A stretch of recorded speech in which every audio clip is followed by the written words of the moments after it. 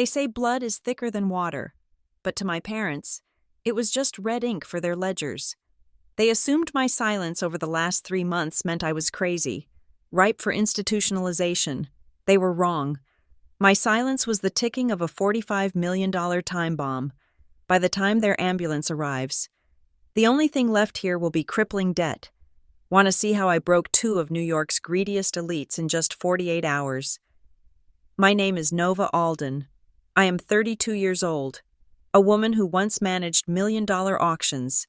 Yet here I am, confined to the pastel-colored bedroom of my childhood, staring at the ceiling of a house that feels less like a home and more like a mausoleum. The silence in the Hamptons is different from the silence in the city. In Manhattan, silence is a luxury you pay for. Here, amidst the manicured hedges and the iron gates of the Alden estate, silence is a heavy, suffocating blanket. It is the sound of secrets being kept. It is the sound of a trap snapping shut. For the past 3 months, since the ink dried on my divorce papers and I returned to the family fold, my parents, Robert and Elena Alden, have been the picture of benevolent concern. They hovered. They cooed. They treated me not as a grown woman navigating a difficult life transition, but as a piece of fine porcelain that had already developed a hairline fracture. "Rest, darling," my mother would say, her voice as smooth and cold as the pearls around her neck. "Let us handle everything. You are too fragile for the world right now." I almost believed them. That is the insidious nature of gaslighting when it is performed by masters of the craft. I was depressed, certainly. My marriage had dissolved in a humiliating public spectacle, and my confidence was shattered. I welcomed the tea trays brought to my bed. I swallowed the pills they said were for my anxiety. I let myself drift in the chemical fog, grateful for the numbness. But the numbness was not a side effect. It was the objective. The crack in their perfect performance appeared on a Tuesday afternoon. It was a small thing, a door left slightly ajar. I had woken up earlier than usual. My throat parched, the fog in my brain slightly thinner than it had been in weeks. I walked down the hallway, the plush carpet swallowing the sound of my bare feet. As I approached my father's study, the scent of expensive cigar smoke and stale scotch drifted out. Along with the sound of my mother's voice, she was not using her soothing mother tone. She was using her boardroom predator voice. "We cannot wait another month, Arthur," she was saying. "The interest payments alone are bleeding us dry. We need the conservatorship filed by Friday." I froze. My hand hovered over the mahogany railing. Conservatorship, the word landed with the weight of a gavel. "She is clearly unstable." My father's voice joined in, deep and dismissive. "She spends 18 hours a day in bed. She is incoherent half the time. If Dr. Eris testifies, the judge will grant us temporary full guardianship immediately. We just need the medical certification that she is a danger to herself or unable to manage her affairs." "And once we have power of attorney?" the lawyer asked on speakerphone. "Then we liquidate the house collection," Robert said. "We have a buyer lined up for the Savannah property already. Cash deal. That covers the margin calls on the crypto fiasco." My heart hammered against my ribs so hard, I thought they must hear it. I backed away, step by silent step, until I was safe in my room. I locked the door and slid down against it, my breath coming in short. Terrified gasps. The picture rearranged itself in my mind with terrifying clarity. The whispers I had ignored, the tense arguments that stopped abruptly when I entered the room, the frantic checking of stock tickers on my father's phone. Robert and Elena Alden, the golden couple of New York society, were broke. I'd read the headlines about the crash in the cryptocurrency markets and the collapse of the metaverse real estate bubble. But I never imagined my traditionalist father would get caught up in anything like that. He must have been desperate, chasing returns to maintain a lifestyle that had outpaced his income years ago, and now they needed a lifeboat. I was the lifeboat, or rather, my inheritance was. My grandmother, a woman who despised my father's reckless spending, had bypassed my parents entirely in her will. She left me the Alden House collection, 5 historic properties scattered across the country. Filled with antiques and art, It was a portfolio worth roughly $45 million. It was mine. Exclusively mine. Unless, of course, I was declared mentally incompetent. I glanced at the prescription bottle on my nightstand. The label said sertraline, a standard antidepressant I had been prescribed years ago, but when I tipped a pill into my hand, looking at it closely for the first time in months, I noticed the markings were wrong. I grabbed my phone, hiding under the duvet like a teenager, and searched the imprint code. It was not an antidepressant. It was a high-dose antipsychotic sedative, commonly used to treat severe schizophrenia or aggressive behavior in institutionalized patients. One of the primary side effects was cognitive dulling, lethargy, and confusion. They were not treating my depression. They were chemically lobotomizing me. A cold rage, sharper and clearer than anything I had felt in years, pierced through the drug-induced haze. They were drugging me to make me look crazy so they could steal my inheritance to pay off their gambling debts. That evening, when Elena came in with my medicine and a glass of water, I smiled. I sat up, took the pill, and popped it into my mouth. I took a long swallow of water. "Thanks, Mom," I said, my voice deliberately slurred. "I feel so tired." "Sleep is the best healer," she said, smoothing my hair. She watched me for a moment, her eyes calculating, before she turned off the lamp and left. The second the door clicked shut, I scrambled to the bathroom and spat the pill into the toilet. I flushed it, watching the little white tablet swirl away. Then I stuck my finger down my throat to ensure no residue remained. For the next 3 days, I played the role of a lifetime. I cheeked the pills, I flushed them, and slowly, agonizingly, my mind began to clear. The lethargy lifted, the colors in the room became sharper. My thoughts, once wading through molasses, began to race, but outwardly. I remained the ghost they wanted me to be. I shuffled when I walked. I let my eyes glaze over. I stuttered. I needed to know the timeline. I needed to know exactly how deep in the hole they were. But I had to be careful. I was living in a shark tank, and I was bleeding. The test came on Saturday. My father announced that they were hosting a small charity gathering at the house. "Just a few close friends," he told me, adjusting his cufflinks in the mirror while I sat in a chair, staring blankly at the wall. "It would do you good to come down. Nova, show your face. We don't want people talking." It was a lie. They wanted people talking. Specifically, they wanted the right people to see me falling apart. The gala was an exercise in excess. The sprawling lawn was covered in white tents. Waiters in tuxedos circulated with trays of champagne and caviar. The elite of New York had descended upon our Hamptons estate, blissfully unaware that the hosts were likely paying for the catering on a credit card that was about to be declined.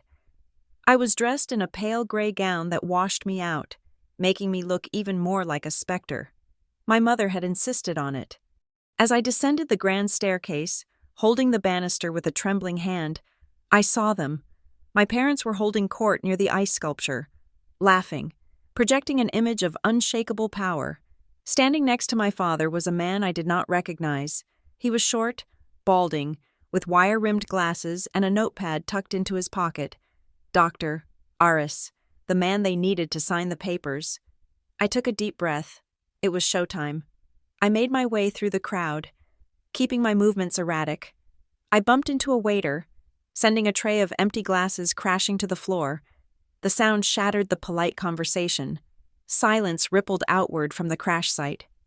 "Oh," I mumbled, staring at the broken glass, my eyes wide and unseeing. "Did the sky fall? I thought the sky fell." My mother was at my side in an instant, her grip on my arm bruisingly tight. Though her face was a mask of concern, "Nova, darling, are you all right?" "The numbers," I whispered loudly enough for the doctor to hear. "The numbers are red. Mother, why is the blood red? The ledger is bleeding." I saw Dr. Aris step closer, his eyes narrowing, observing. He nodded slightly to my father.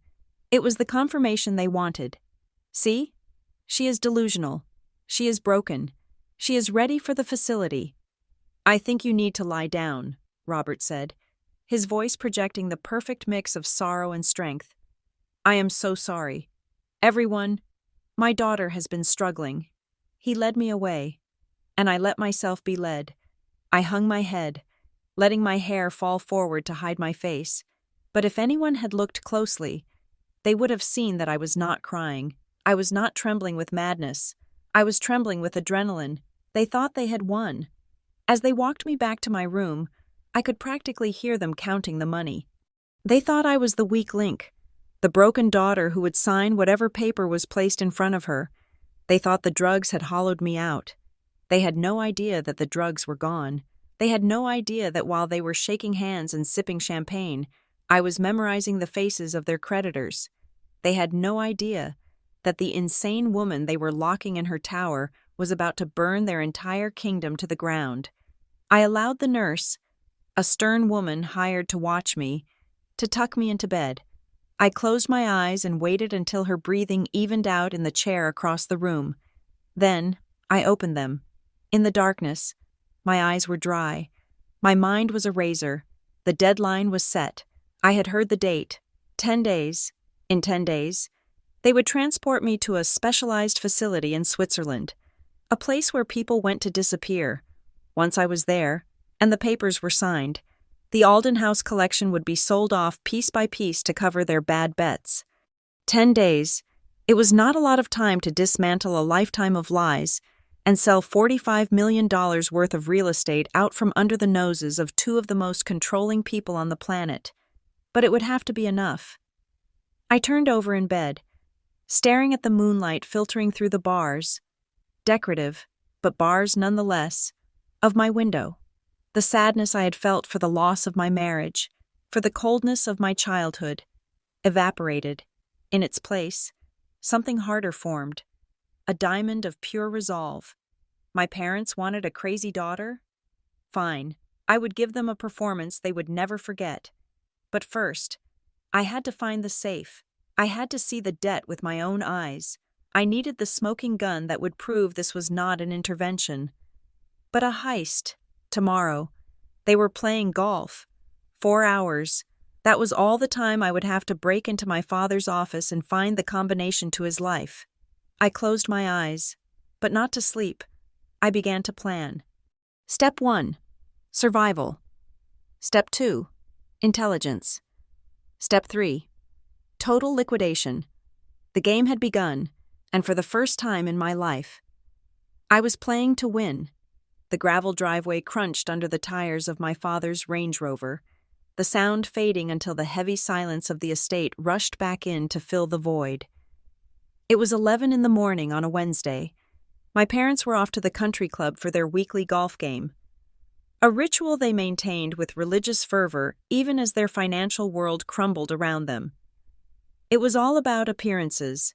If you are seen on the links, wearing the right pastel polos and laughing at the right jokes, no one suspects that you are drowning in debt. I stood by the window of my bedroom, watching the car disappear beyond the iron gates. My heart was beating a frantic rhythm against my ribs, a stark contrast to the sluggish, drugged demeanor I had perfected over the last 72 hours. Down the hall, Mrs. Halloway, the nurse they had hired to monitor my condition, was downstairs making tea. I had approximately 4 hours before my parents returned. I had perhaps 20 minutes before Mrs. Halloway came back up to check on me. I moved. I did not walk. I glided, barefoot and silent. Across the Persian rugs that lined the hallway, my destination was the master study, the inner sanctum where my father played the role of the master of the universe. The door was locked, of course. Robert Alden was a paranoid man, and rightly so, but he was also a creature of habit. Above the doorframe, hidden in the intricate molding, was a spare key. It had been there since I was 12 years old, and he had never moved it. I reached up, my fingers brushing against dust, and felt the cold metal. The key turned with a soft click. I slipped inside and locked the door behind me. The room smelled of aged leather, expensive scotch, and the faint, acrid scent of desperation. I went straight to the wall safe behind the portrait of my great-grandfather. This was the gamble. If he had changed the combination recently, I was dead. If he hadn't, the code was the date of his wedding anniversary. He was a sentimental man only when it came to things he owned, and he viewed his marriage as his primary asset. I spun the dial, left to 19, right to 85, left to 12. The handle turned. I let out a breath I didn't know I had been holding and pulled the heavy steel door open. The interior was stacked with papers, but I ignored the jewelry boxes and the loose cash. I needed the truth.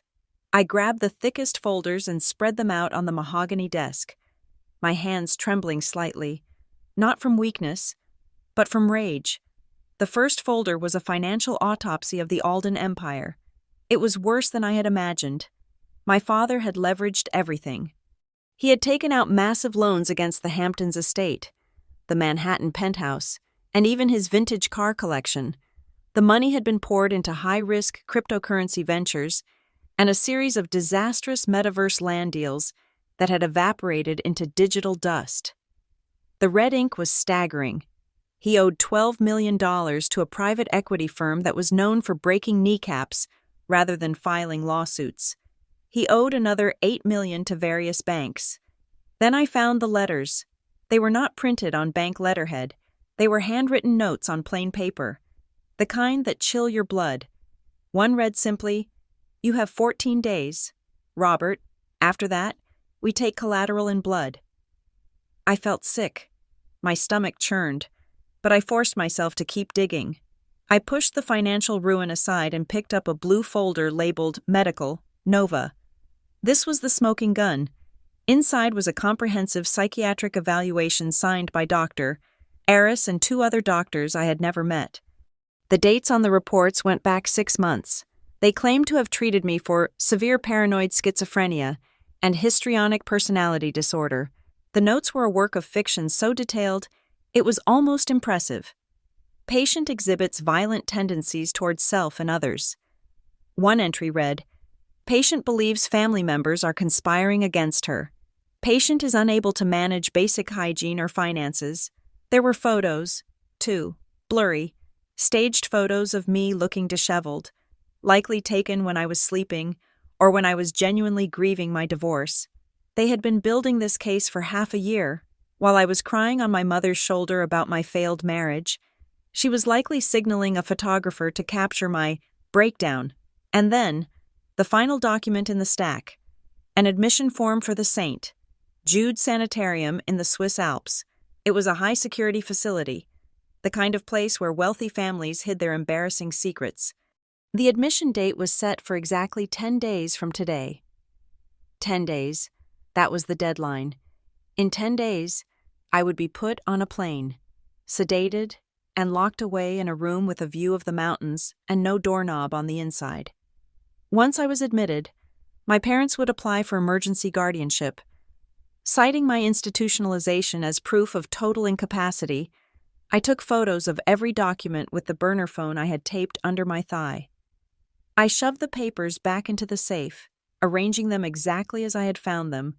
I locked the safe, wiped the handle with the hem of my shirt to remove fingerprints, and locked the study door.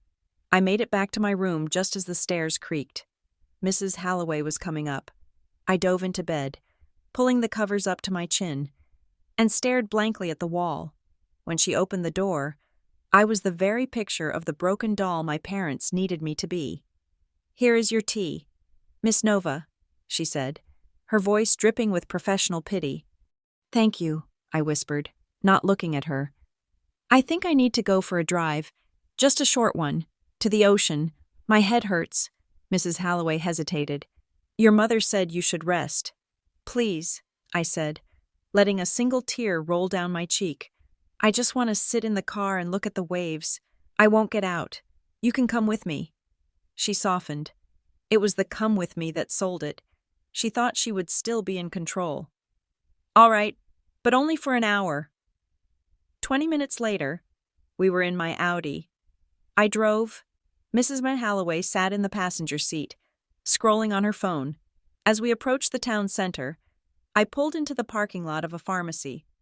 "I need feminine products," I mumbled, looking embarrassed. I will be right back. I will come in with you, she said, unbuckling. Please don't, I snapped, channeling a bit of the bratty heiress. It is embarrassing enough. I am 32 years old. I can buy tampons by myself. She sighed and sat back. 5 minutes. I walked into the pharmacy, went straight through the aisles, and out the back emergency exit. The alarm was silent during the day, a fact I knew from my teenage years. I ran down the alleyway, my heart pounding, and hailed a cab on the main street. Viridian Auctions, Manhattan. I told the driver, I will pay you triple if you get me there in under 90 minutes. The driver didn't ask questions. He just hit the gas. Viridian Auctions was my sanctuary. It was the one thing in my life that I had built myself. I was their lead appraiser for European estates, a job that required a sharp eye and an even sharper mind.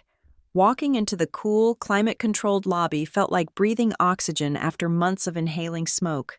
The smell of old varnish, beeswax, and money calmed me instantly. I bypassed the reception, flashing my ID badge, and went straight to the private viewing room on the 4th floor. Waiting there was Marcus, a man whose suits cost more than most cars, and whose loyalty I had earned years ago when I saved him from a disastrous forgery purchase. He was not just a lawyer, he was a shark who ate other sharks. Nova, he said, standing up as I entered. He looked at my disheveled hair and casual clothes with concern. You look like hell. The rumors. The rumors are manufactured, Marcus, I said, cutting him off. I don't have time for pleasantries. I have 10 days before my parents ship me to a Swiss asylum and take control of my life. I laid the burner phone on the table and showed him the photos of the documents. Marcus flipped through the images, his face hardening with every swipe. This is fraud, he said quietly. Extortion, conspiracy. It is only fraud if I can prove I am sane, I said. And with Dr. Eris on their payroll and a history of depression in my file, a judge might just err on the side of caution and grant them temporary guardianship. Once they have that, they will liquidate the house collection to pay their debts. Marcus tapped his pen on the table. The house collection. Your grandmother's bequest. 5 properties, I said. $45 million in real estate.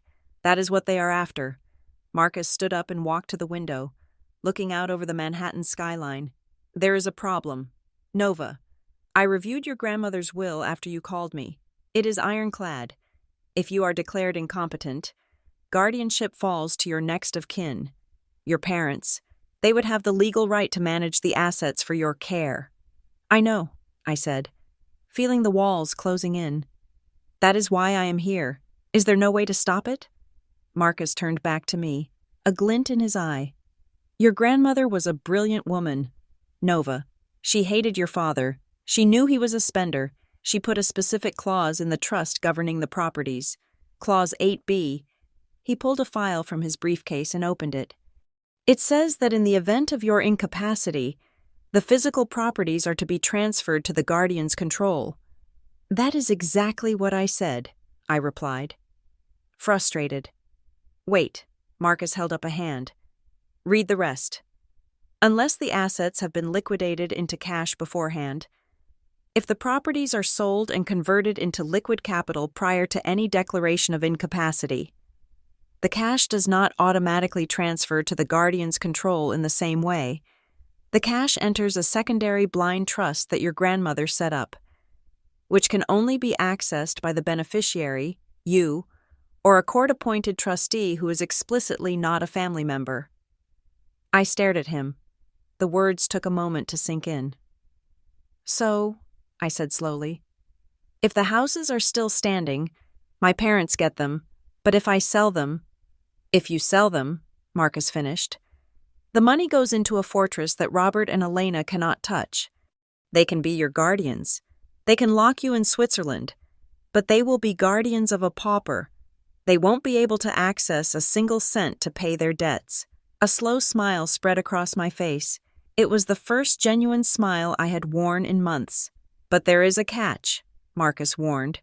You have to sell them. The deeds have to be transferred, and the funds have to clear the bank before the court order is signed. You have 10 days. Selling 5 multi-million-dollar historic estates usually takes months, sometimes years. I don't have months, I said, standing up. I have 48 hours to find buyers, and another few days to close. I need to sell them all, now. That is impossible, Marcus said. The due diligence alone. It is not impossible, I said, my mind racing through the Rolodex of contacts I had built over a decade in the auction world. I don't need the open market. I need cash buyers. I need eccentrics. I need people who want a trophy and don't care about inspections. I grabbed a notepad and a pen from the table. My hand flew across the paper. 1. The Savannah Estate. Needs a buyer who loves history and doesn't ask questions. 2. The Aspen Lodge. Needs someone who wants privacy above all else. 3. The Manhattan Brownstone. 4. The Napa Vineyard. 5. The Hamptons house. The one we were living in. That would be the cherry on top. I need Elias Thorne, I said, writing the name at the top of the list. Marcus choked on his water. Thorne? The tech recluse? He hasn't bought property in 5 years. He lives on a boat. He is looking for a museum, I said. I heard rumors. He wants a place to store his collection of oddities. The Alden houses are perfect. They are secure, climate-controlled, and historic. He is also impossible to reach, Marcus countered. Not for me, I said. I sold him a Napoleon death mask 3 years ago. He owes me a favor. I looked at the list. 5 houses, $45 million, 10 days. I am going to sell it all, Marcus, I said, my voice steady. I am going to turn my heritage into a weapon. My parents want my money? They can watch it disappear into a trust fund they can't touch while the sharks come for their knees. It is risky, Marcus said. If they catch you.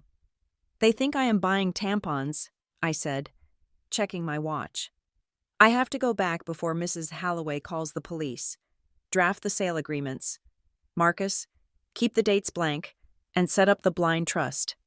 Nova, he called out as I reached the door. If you do this, there is no going back. You will be homeless. I looked back at him. I have been homeless in that house for 32 years. Marcus, I am just making it official. I left the office and sprinted for a cab. My blood was singing. The fear was gone, replaced by a cold, calculating thrill. I had the truth. I had the loophole. And now, I had a target. My parents were playing checkers, moving their little pieces around the board, thinking they controlled the game. They didn't realize I had just flipped the table. The ride back to the Hamptons was a blur of planning. I slipped back into the pharmacy through the rear exit, bought a box of tampons, and walked out to the car where Mrs. Halloway was dozing in the passenger seat. I took a walk, I said softly when she jerked awake. The sea air was nice. She looked at me, suspicion warring with laziness. We should get back. Your parents will be home soon. Yes, I said, buckling my seatbelt. Let's go home. I have a lot to do. As we drove back through the gates of the estate, I looked at the sprawling mansion. I didn't see a home anymore. I saw a price tag, and it was going to be a fire sale. Getting a meeting with Elias Thorne was harder than breaking into the Pentagon, but significantly easier than getting my parents to tell the truth. Thorne was a ghost in the financial system, a man who had made his first billion in code before he was 20 and his second billion in shadow infrastructure before he was 30. He did not have a public phone number. He did not have an office you could walk into. He operated through a web of intermediaries and encrypted channels. However, I possessed a singular advantage. I knew his weakness. Elias Thorne was obsessed with provenance. He did not just want to own things. He wanted to own the history attached to them. 3 years ago, I had authenticated a rare Napoleonic manuscript for him, saving him from a 7-figure embarrassment involving a very talented forger in Paris. He owed me. I used the burner phone to send a message to a secure signal address I had saved from that transaction. The message was brief and devoid of desperation. The Alden collection, 5 properties, off-market, 48-hour window, Queens, the Rusty Spoon, midnight. The response came 4 minutes later. See you there. The Rusty Spoon was a diner in Queens that smelled of stale grease and despair. The kind of place where the coffee was served in chipped mugs and the patrons stopped asking questions around 1990. It was the last place anyone would look for the heiress to the Alden fortune or a tech mogul worth more than the GDP of a small country. I arrived 15 minutes early, wearing a hooded sweatshirt and jeans I had bought at a thrift store. I sat in the back booth, nursing a black coffee that tasted like battery acid. At exactly midnight, the door chimed. Elias Thorne did not look like a billionaire. He looked like an insomniac grad student. He wore a faded hoodie, cargo pants, and sneakers that had seen better decades. But the eyes behind his wire-rimmed glasses were sharp, assessing the room with the precision of a predator scanning for threats. He slid into the booth opposite me, ignoring the waitress. "Nova," he said, his voice low. "You look like you are on the run." "I am conducting business," I replied, keeping my voice flat and professional. "And in my current situation, anonymity is a business asset." "The Alden collection," he said, cutting to the chase. "I thought those houses were strictly entailed. Your grandmother's legacy." "They are," I said, "and I am selling them, all 5, the Savannah Estate, the Aspen Lodge, the Napa Vineyard, the Manhattan Brownstone, and the Hamptons Manor." Elias raised an eyebrow. "The whole portfolio? Why?" "I am liquidating my position," I said. "I am offering you the entire collection for $45 million. That is 15% below the current market valuation. But there are conditions." Elias leaned back. Crossing his arms, the playful glint in his eyes vanished, replaced by the cold calculation of a man who dissected deals for sport. 15% is a significant discount. In real estate, a discount that size usually implies a structural defect or a legal nightmare. Which is it? "Neither," I said. "It is a liquidity premium. I need the cash immediately, not an escrow for 30 days, not pending mortgage approval. I need a wire transfer to an offshore trust within 72 hours. He studied me for a long moment. "You are in trouble." It was not a question. "I am in a hostile environment," I corrected. "My family dynamics have shifted. I need to separate my assets from theirs before certain legal proceedings complicate matters. I want a clean break. Cash is the only way to ensure that." I was telling him the truth. Mostly, in the business world, a hostile separation usually meant a divorce or a corporate split. I let him assume what he wanted. I just needed him to believe that the houses were clean, even if the seller was distressed. "And the title?" he asked. "Clean," I said. "I am the sole owner. No liens, no mortgages. The deeds are in my name. My lawyer has the transfer papers drafted and ready to sign." Elias drummed his fingers on the Formica table. $45 million. Cash. In 3 days. "Do you have the liquidity?" I asked, challenging him. He smirked. "I keep $50 million in a sweep account just for impulsive purchases. The money is not the issue. The issue is the merchandise. I don't buy blind. Nova. You know that. I need to inspect the properties." "You know the properties," I argued. "You have been tracking the Savannah estate for years." "I know the exteriors," he countered. "I know the history. I don't know if the foundations are cracking or if the roofs are leaking. I need a physical inspection." "I cannot give you weeks for due diligence," I said firmly. "I don't need weeks," he said. "I need 48 hours. I have a team, structural, historical, environmental. They can hit all 5 locations simultaneously. If they give me the green light, I wire the money." My stomach tightened. 48 hours. It was technically possible, but the logistics were a nightmare. The Hamptons house, the one I was living in, was the biggest problem. How was I supposed to let a team of inspectors examine the foundation of the house while my parents were inside plotting my demise? "The Hamptons estate is occupied," I said carefully. "By your parents," Elias noted. "I read the society pages. They are living there with you.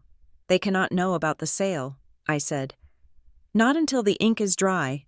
If they find out, They will tie this up in litigation for years just to spite me. Elias leaned forward, a conspiratorial grin touching his lips. He liked this. He liked the chaos. So we need to be covert. A stealth inspection. I can have my team pose as maintenance. HV, AC repair, security system upgrade. You pick the cover story. I calculated the risk. It was insane. It was dangerous. If my father realized what was happening, the game was over. But I had no other choice. Security system upgrade, I said. My father is paranoid about intruders right now. If I tell him I ordered a comprehensive security audit for the estate, he will let them in. He might even welcome it. Done, Elias said. My team will be ready tomorrow morning, 48 hours, Nova. If the reports are clean, you get your $45 million. He extended a hand. I shook it. His grip was firm, dry, and surprisingly warm. One more thing, I said, sliding the burner phone back into my pocket. The transaction must be silent. No press releases, no public filing until the deed recording deadline requires it. I am buying a museum for myself, not for the public, Elias said, standing up. I value silence as much as you do. Good luck, Nova. Don't get caught. He walked out of the diner and vanished into the night. I sat there for another 5 minutes, finishing the terrible coffee, letting the caffeine sharpen my nerves. The deal was in motion. Getting back into the house was the easy part. I had left the window in the library unlatched. I slipped inside at 3 a.m, creeping up the stairs like a shadow. I was back in my bed, heart rate returning to normal, before the sun came up. But the real ambush happened at breakfast. I walked into the dining room at 9 o'clock. Wearing my robe, my hair intentionally messy, I was prepared to play the role of the groggy, medicated daughter. What I was not prepared for was the sight of my mother sitting at the head of the table, holding a leather-bound book in her manicured hands. My breath hitched. It was my diary, or rather, the decoy diary I had planted in my nightstand drawer specifically for her to find. Good morning, Nova, Elena said. Her voice was ice. She did not look up from the pages. That is mine, I said, injecting a tremor of panic into my voice. Mom, please, that is private. She looked up then, and the expression on her face was a terrifying mixture of pity and triumph. Private? Nova, darling, I found this under your pillow. I was just checking on you, and the things you have written in here. She tapped a page. You wrote that the walls are breathing. You wrote that there are insects under your skin. You wrote that your father and I are shapeshifters? I had indeed written that. I had spent 2 hours crafting the most unhinged, delirious ramblings I could imagine, mimicking the symptoms of the psychosis they were paying Dr. Aris to diagnose. It is just dreams, I stammered, grabbing for the book. I was just writing down my dreams. Elena pulled the book away, standing up. These are not dreams, Nova. This is sickness. We have been so worried about you. And now I see how deep it goes. You are not safe. You are not safe in your own mind. Give it back, I screamed, letting myself unravel. I fell to my knees, sobbing. Please don't read it. The voices told me to write it. It was a risky improvisation, but it hit the mark. Elena looked at me with genuine satisfaction masked as maternal horror. She had the physical evidence she needed. This diary would be Exhibit A in the competency hearing. Shh, shh, she cooed, coming over to stroke my hair. It is okay. We are going to get you help. Real help. My father walked in then, wearing his golf attire. He looked at me on the floor, then at the diary in Elena's hand. A silent communication passed between them. The trap was springing shut. Robert, Elena said softly. It is worse than we thought. My father sighed, a heavy, theatrical sound. I feared as much. I just got off the phone with the clinic in Zurich. I looked up, wiping fake tears from my face. Zurich? You said we were going in 10 days. Robert shook his head. We cannot wait 10 days. Nova, not with you like this. Doctor, Aris agrees. He says the episode at the party, and now this indicates a rapid decline. We have moved the admission date up. My blood ran cold. Real fear, sharp and biting, seized my chest. Moved it up? When? 5 days, Robert said. The jet is scheduled for Tuesday morning. It is for the best. Sweetheart, you need professional care immediately. 5 days. The timeline had just been cut in half. I stared at them, my mouth open in a silent scream that they interpreted as mental anguish. Inside, my mind was racing at the speed of light. 5 days meant the inspection had to happen now. It meant the closing had to happen immediately after. It meant there was zero margin for error. If Elias Thorne's team found a single issue, a single reason to delay, I would be on that plane. And once I was in Switzerland, sedated and isolated, the sale would fall through. My parents would get the guardianship. They would find the deeds. They would sell the collection to pay their debts, and I would be left rotting in a cell with a view of the Alps. No, I whimpered, burying my face in my hands. I don't want to go. It is not a choice. Nova, my mother said firmly, tucking the diary under her arm. It is a necessity. Now, go upstairs and wash your face. Mrs. Halloway will bring your medicine. I stumbled out of the room, playing the part of the defeated child. I climbed the stairs, my legs feeling heavy as lead. But the moment I closed my bedroom door, I straightened up. I went into the bathroom and turned on the shower to mask the sound. I pulled the burner phone from its hiding spot under the loose floorboard beneath the vanity. I typed a message to Elias Thorne. Timeline compressed. Inspections must happen tomorrow, 8 a.m. Tell your team to be convincing. If they fail, the deal is dead. I hit send and stared at my reflection in the mirror. My eyes were red from the fake crying, but the pupil's response was sharp. I was not crazy. I was cornered, and a cornered animal is the most dangerous thing in the world.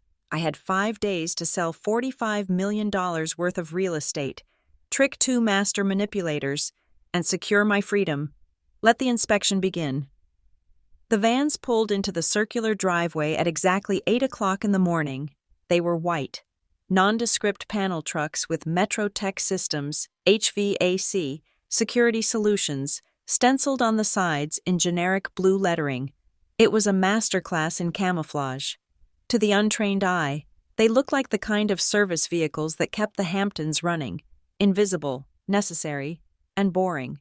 To me, they looked like a cavalry charge.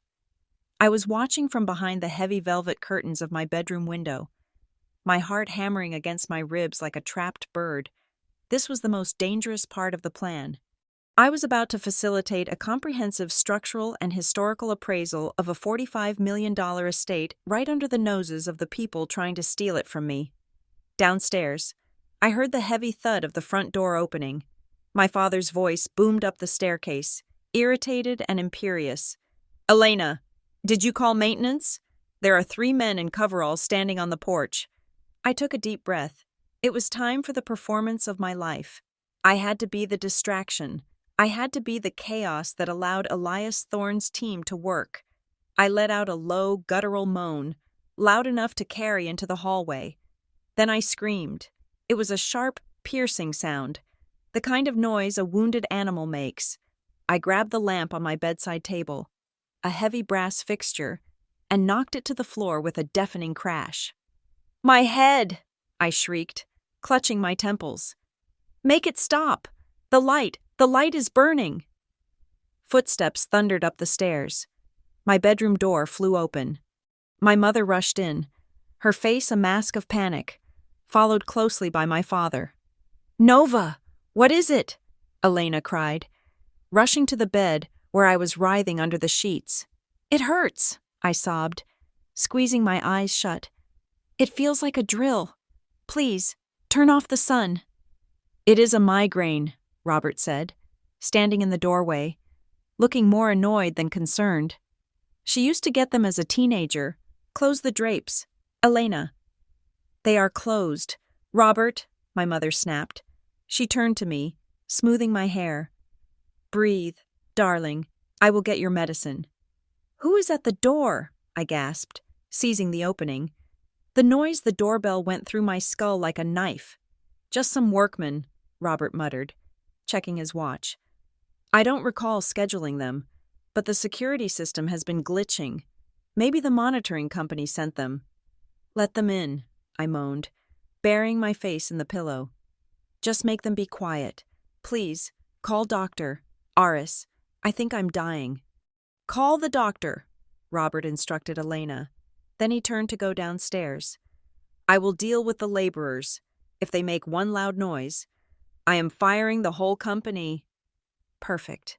Robert went downstairs to let the wolves in, thinking they were sheep. I stayed in bed, groaning periodically to keep my mother occupied. She was pacing the room, dialing Dr. Aris on her cell phone, distracted and frantic. Downstairs, the inspection had begun. I could picture it clearly. Elias had told me his team was the best. The lead technician was actually a structural engineer who had consulted on the restoration of the Louvre. The apprentice carrying the tool bag was a forensic antique authenticator. They weren't checking the thermostat. They were checking the foundation for settling cracks. They were scanning the original 18th century paneling for rot. They were photographing the hallmarks on the silver service displayed in the dining room, pretending to check the sensors behind the cabinet. 10 minutes passed, then 20. The house was filled with the low murmur of voices and the occasional beep of equipment, which my father likely assumed was a voltmeter, but was actually a laser measuring device. Dr. Aris arrived in record time, smelling of expensive cologne and professional condescension. He bustled into my room, his eyes scanning me with that predatory look I had come to loathe. "Severe photosensitivity," he murmured to my mother, shining a penlight into my eyes. I flinched violently, slapping his hand away. "Don't!" I screamed. "It burns!" "Agitation," he noted, stepping back. "Pupils are dilated. Pulse is rapid.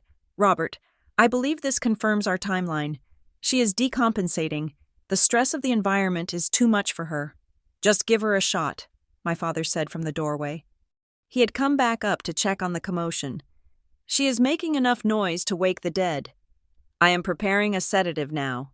"Doctor," Aris said, opening his black bag. My heart skipped a beat. A sedative would knock me out. If I was unconscious, I couldn't monitor the situation. I couldn't signal the team if things went wrong. I had to stall. "No needles!" I yelled, scrambling backward against the headboard. "No needles. They are poisoned." "Hold her down, doctor," Aris ordered calmly. My mother moved to grab my arms. I struggled, kicking out, creating as much noise and confusion as possible. "Get off me! You are trying to kill me!" "Robert, help me!" Elena grunted. My father sighed and stepped into the room. "For God's sake, Nova, behave!" He grabbed my legs. I was pinned. "Doctor." Aris uncapped a syringe. Crash! A loud, shattering sound came from downstairs. It sounded like porcelain hitting hardwood. Robert froze. "What was that?" "One of those idiots must have dropped something," he snarled, releasing my legs. "If they broke the Ming vase in the foyer, I will sue them into oblivion." He turned and marched out of the room, leaving Dr. Aris and my mother holding me. This was bad. The Ming vase was in the foyer. Yes, but the foyer was an open space. If Robert went down there, he would see exactly what the workmen were doing. They were supposed to be checking vents, not handling million-dollar ceramics. I had to get him back. I stopped struggling. I went completely limp. My eyes rolled back in my head, and I let my jaw go slack. "She is seizing!" Elena shrieked. "Doctor!"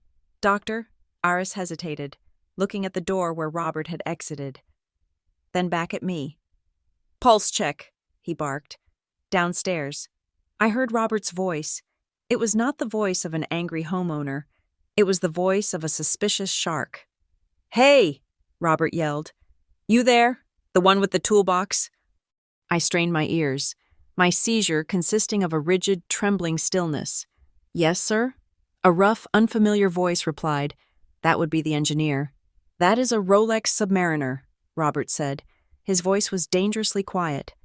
"Ref number 126610. That is a $15,000 watch. You are wearing a $15,000 watch to fix a heater? My blood froze. Elias's man had made a mistake. A fatal, arrogant mistake. Robert was a snob, but he knew luxury goods better than he knew his own children.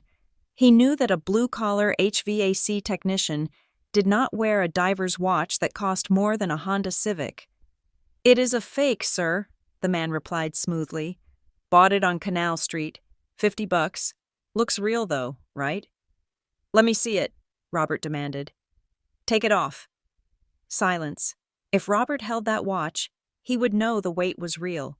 He would know the steel was high grade. He would know we were lying. I sat up in bed, shattering the illusion of my seizure.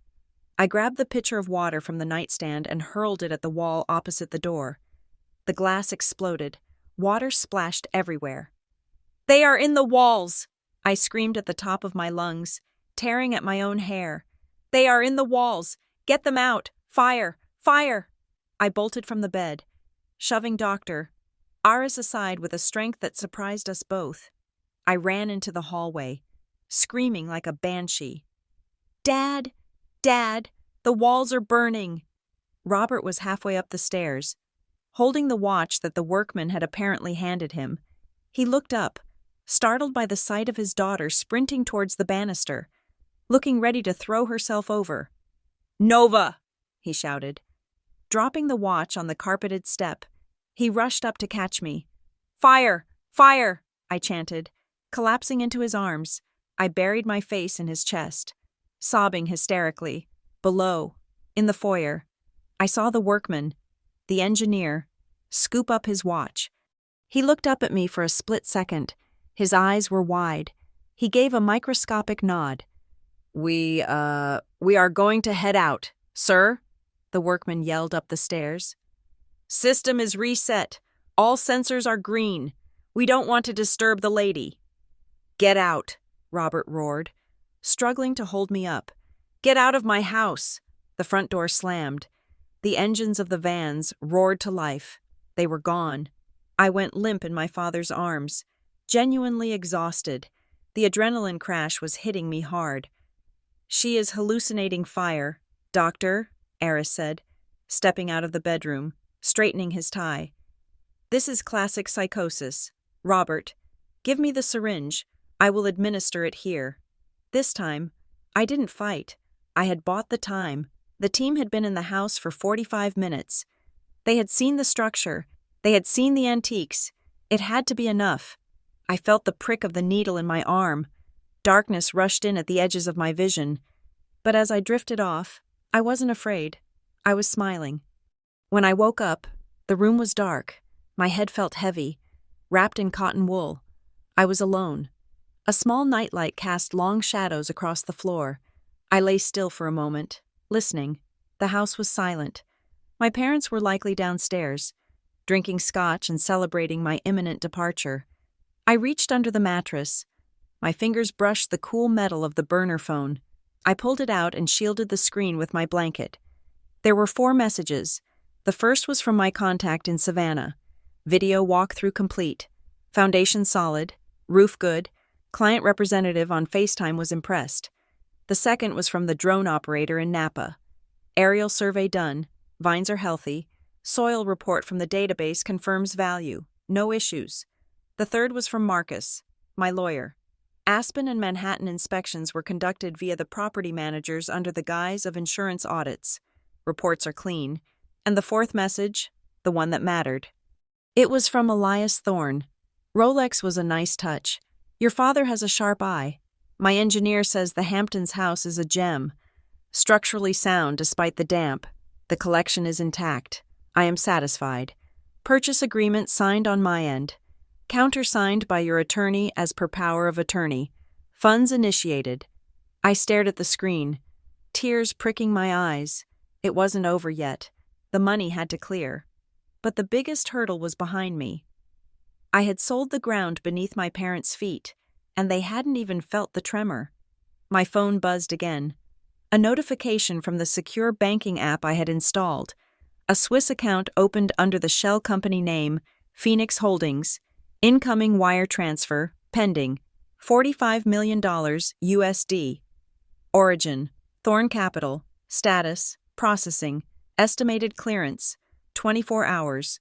24 hours. I had to survive 24 more hours.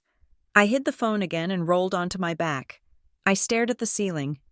Tomorrow, my parents would wake up thinking they owned the world. They would pack my bags for Switzerland. They would call their creditors and promise payment. They didn't know that the house they were sleeping in already belonged to a stranger.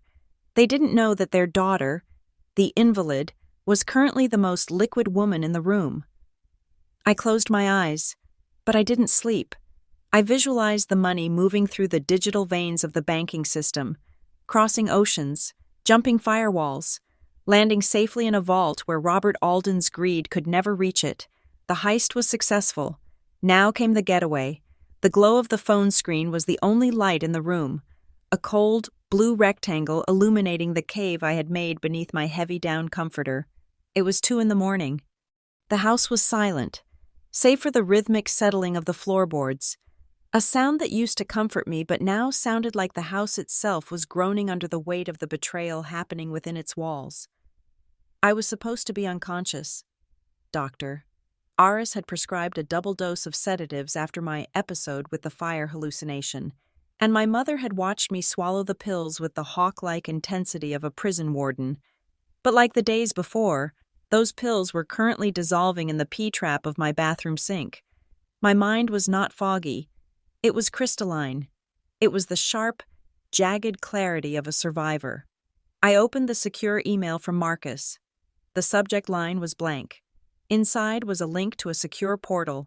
This was it, the point of no return. I clicked the link. The digital contract loaded. Page after page of dense legalese that Marcus and Elias Thorne's lawyers had hammered out in a frenzy of billable hours over the last day. I scrolled past the indemnification clauses and the environmental warranties until I reached the section that mattered. Possession date. It was set for Friday at noon. That was 3 days from now.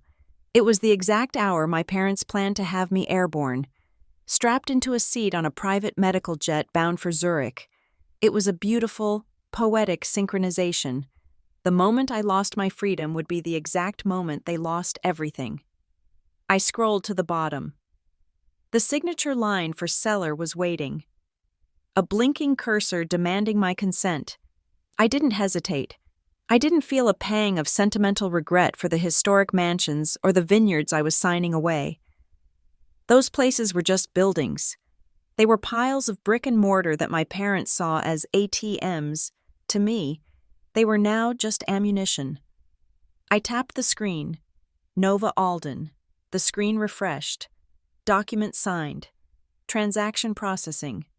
I switched apps to the banking portal for Phoenix Holdings, the shell company registered in the Cayman Islands that Marcus had set up 24 hours ago.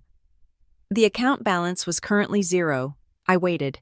1 minute, 2 minutes. The silence of the room felt heavy, pressing down on my chest. Had Elias changed his mind? Had the wire been flagged? Then, the screen blinked. Incoming wire. $45 million. I stared at the number. It was abstract, almost meaningless in its size. 45 million. It was enough to buy a small island. It was enough to disappear. It was enough to ensure that I never had to answer to anyone ever again. I took a screenshot, then logged out and wiped the browser history. I turned off the phone and slid it back into the slit I had cut in the underside of my mattress. I lay back on the pillow, my heart beating a slow, powerful rhythm. I was rich. I was free. But I was still in the cage. The contract was signed, but the devil was in the details. I had to survive 3 more days without slipping up. I had to let them believe they were winning until the very last second. The next morning, the smell of bacon and expensive coffee wafted up the stairs. It was a smell of normalcy that felt grotesque given the circumstances. I dressed in a pair of loose sweatpants and a faded t-shirt, keeping up the appearance of someone who had given up on life. When I entered the dining room, the atmosphere was jarring. Usually, breakfast was a somber affair, with my father reading the Financial Times and my mother critiquing the housekeeping staff. Today, the air was electric. Robert was standing by the window, talking on his cell phone, his voice booming with a joviality I hadn't heard in years. "Yes, absolutely," he was saying, gesturing with a piece of toast. "The title is clear. We can expedite the closing. I have the power of attorney paperwork being finalized as we speak. $52 million is the asking price, but for a cash close next week, we could discuss 48. He paused, listening, then laughed. "Excellent. I will have my lawyers draft the letter of intent. The Savannah property is a jewel, truly." He hung up and turned to the table, his face flushed with victory. He looked at me, and for a second, his smile faltered, but he quickly recovered. "Good morning, sleepyhead," he said, pulling out his chair. "You slept late. The medication must be working." I sat down, staring at my empty plate. "Who were you talking to?" I asked, keeping my voice dull and flat. "Business, darling," he said, buttering his toast with aggressive strokes. "Just business, cleaning up some loose ends." "I heard you say Savannah," I said, looking up at him. "And 52 million?" Robert froze. He exchanged a quick glance with Elena, who was sipping her tea. "You are hearing things again. Nova," Elena said softly. "Your father was talking about a business merger. Nothing to do with Savannah." "No," I said, injecting a hint of stubbornness into my tone. "I heard him. He said the Savannah property. That is my house. Grandmama left it to me." Robert slammed his knife down. The clatter made me jump.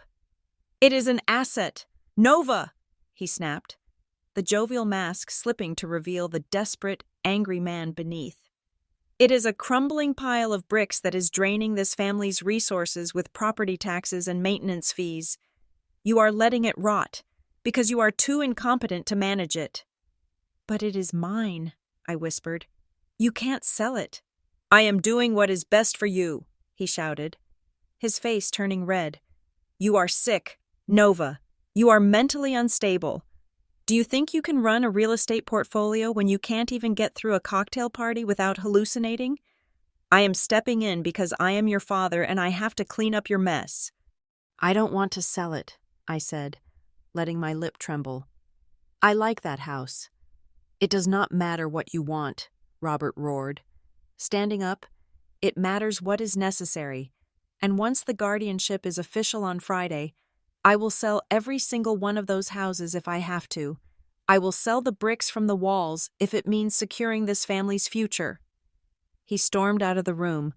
Grabbing his jacket, I watched him go, a cold knot of satisfaction tightening in my stomach. He was trying to sell the Savannah house. He was actively negotiating a deal for a property he did not own, based on a guardianship he did not yet have. It was fraud. It was beautiful. When that buyer found out the house had already been sold to Elias Thorne, Robert would be facing not just a lawsuit, but criminal charges. "Don't mind him," Elena said, her voice dropping to that soothing, terrifying register she used when she was managing me. "He is just stressed. He loves you very much." She stood up and walked to the sideboard. "You look pale. Darling, you need calcium. I warmed up some milk for you. It will help you relax." She brought a glass of warm milk to the table. It smelled of vanilla and nutmeg. But underneath, there was a faint, chemical bitterness that my heightened senses picked up immediately. "Drink it all," she said, stroking my shoulder. "Then go back up and rest. We have a lot of packing to do for your trip." "Okay, Mom," I said meekly. "I will drink it in the sunroom. The light is better there." "All right," she said, "but drink it while it is warm." She kissed the top of my head and went into the kitchen to berate the cook. I took the glass and walked into the sunroom. It was a glass-walled enclosure filled with exotic plants my mother barely looked at. In the corner, there was a large, potted fern that had seen better days. I looked at the milk.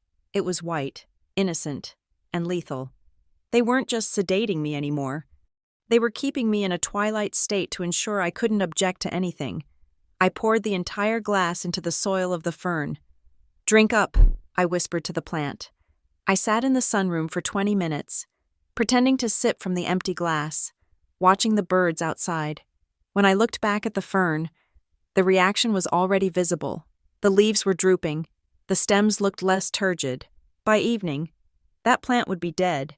It was a chilling confirmation of what was coursing through my own veins whenever I wasn't careful. I left the empty glass on the table, a silent testament to my obedience, and went back upstairs. My room felt different now. It was no longer a prison. It was a departure lounge. I pulled a small leather satchel from the back of my closet. I couldn't take much. If I packed a suitcase, they would notice. I had to leave with nothing but the clothes on my back. But there were things I couldn't leave behind. Not because they were valuable. I had $45 million now. I could buy anything. But because they were real. I opened my jewelry box. I ignored the diamond tennis bracelet my ex-husband had given me. I ignored the sapphire earrings my parents had bought me for my sweet 16, bought with money they probably borrowed. I reached for the bottom drawer. Inside was a small velvet pouch.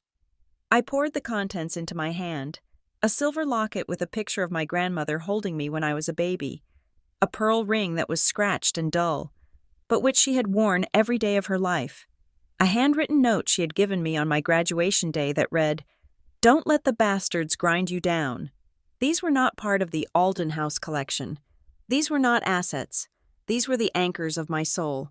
I wrapped them in a pair of socks and stuffed them into the bottom of my oversized handbag. I added my passport, which I had stolen back from my father's desk 2 days ago, and a wad of cash I had withdrawn from the ATM during my tampon run. I looked around the room. The silk drapes, the antique furniture, the expensive art. It all looked like a stage set. It was hollow. I thought about Robert downstairs, making calls, promising assets he didn't have. I thought about Elena, poisoning her daughter with a smile. They were so confident. They were so sure that the world worked a certain way, that people like them always won, and people like me always faded away. I touched the burner phone through the mattress one last time. 3 days. I would play the part. I would be the dutiful, broken daughter. I would let them drive me to the airport. I would let them hug me goodbye. And then, I would pull the pin on the grenade and watch the explosion from a beach in Bali. The contract was signed. The money was safe. The only thing left to do was wait for the clock to run out. I lay down on the bed and closed my eyes, practicing the vacant stare I would need for dinner. "Showtime," I whispered to the empty room. The air in the Hamptons has a specific quality in late autumn. It is crisp, smelling of salt spray and dying leaves, a scent that always reminds me of endings. I spent the afternoon of my final day walking the perimeter of the estate, wrapping my cardigan tight against the chill. My mother thought I was taking a final. Melancholic look at my childhood home before being carted off to the asylum.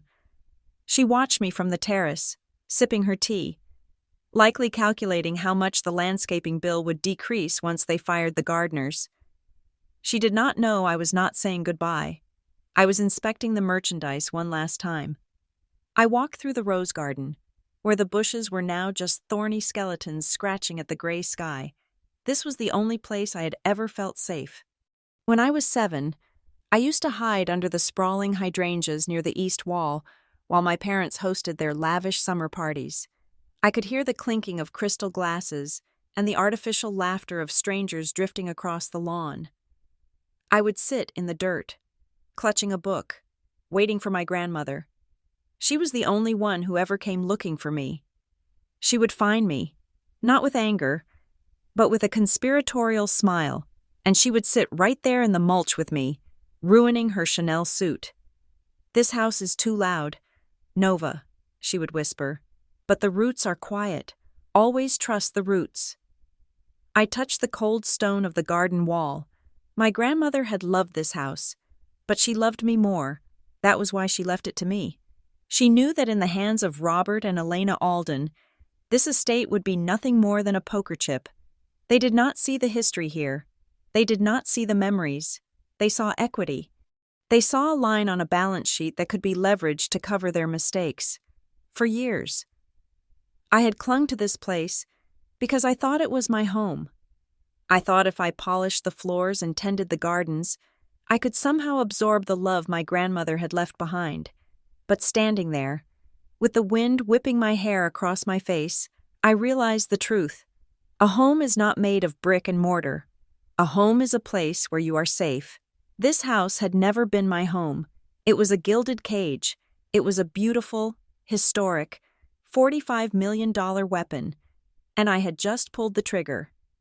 I turned back toward the mansion. It loomed against the darkening sky, massive and imposing. I felt a strange lightness in my chest. I was not losing my inheritance. I was liquidating my trauma. When I returned to the foyer, the atmosphere had shifted. The air was thick with a new, oppressive tension. My mother was standing at the foot of the stairs, and she was not alone. Standing beside her was a woman who looked less like a medical professional and more like a correctional officer. She was tall, with shoulders that strained the fabric of her gray blazer. Her hair was pulled back into a bun so tight it pulled at the corners of her eyes, and her face was a mask of professional indifference. "Nova," my mother said, her voice dripping with that faux sweetness she used when she was tightening the screws. "This is Ms. Gersh. She is the specialist doctor. Aris recommended. She will be accompanying us to Zurich to ensure your journey is safe and comfortable." Ms. Gersh did not smile. She stepped forward, her movements efficient and heavy. "Ms. Alden," she said. Her voice sounded like gravel in a mixer. "I am here to assist you with your transition."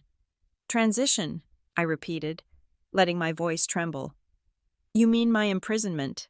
"Now, Nova," my mother chided. "Don't be dramatic. Ms. Gersh is here to help. And as part of the protocol for the clinic, we need to minimize external stressors. That means a digital detox." Ms. Gersh held out a large, calloused hand. "Phone and laptop, please." I looked at my mother. She was smiling, but her eyes were cold, daring me to make a scene. This was it, the final clampdown. They wanted to cut me off from the world so I couldn't call a lawyer, couldn't call a friend, couldn't scream for help as they dragged me onto the plane. "But I want to say goodbye to my friends," I whispered, clutching my pocket.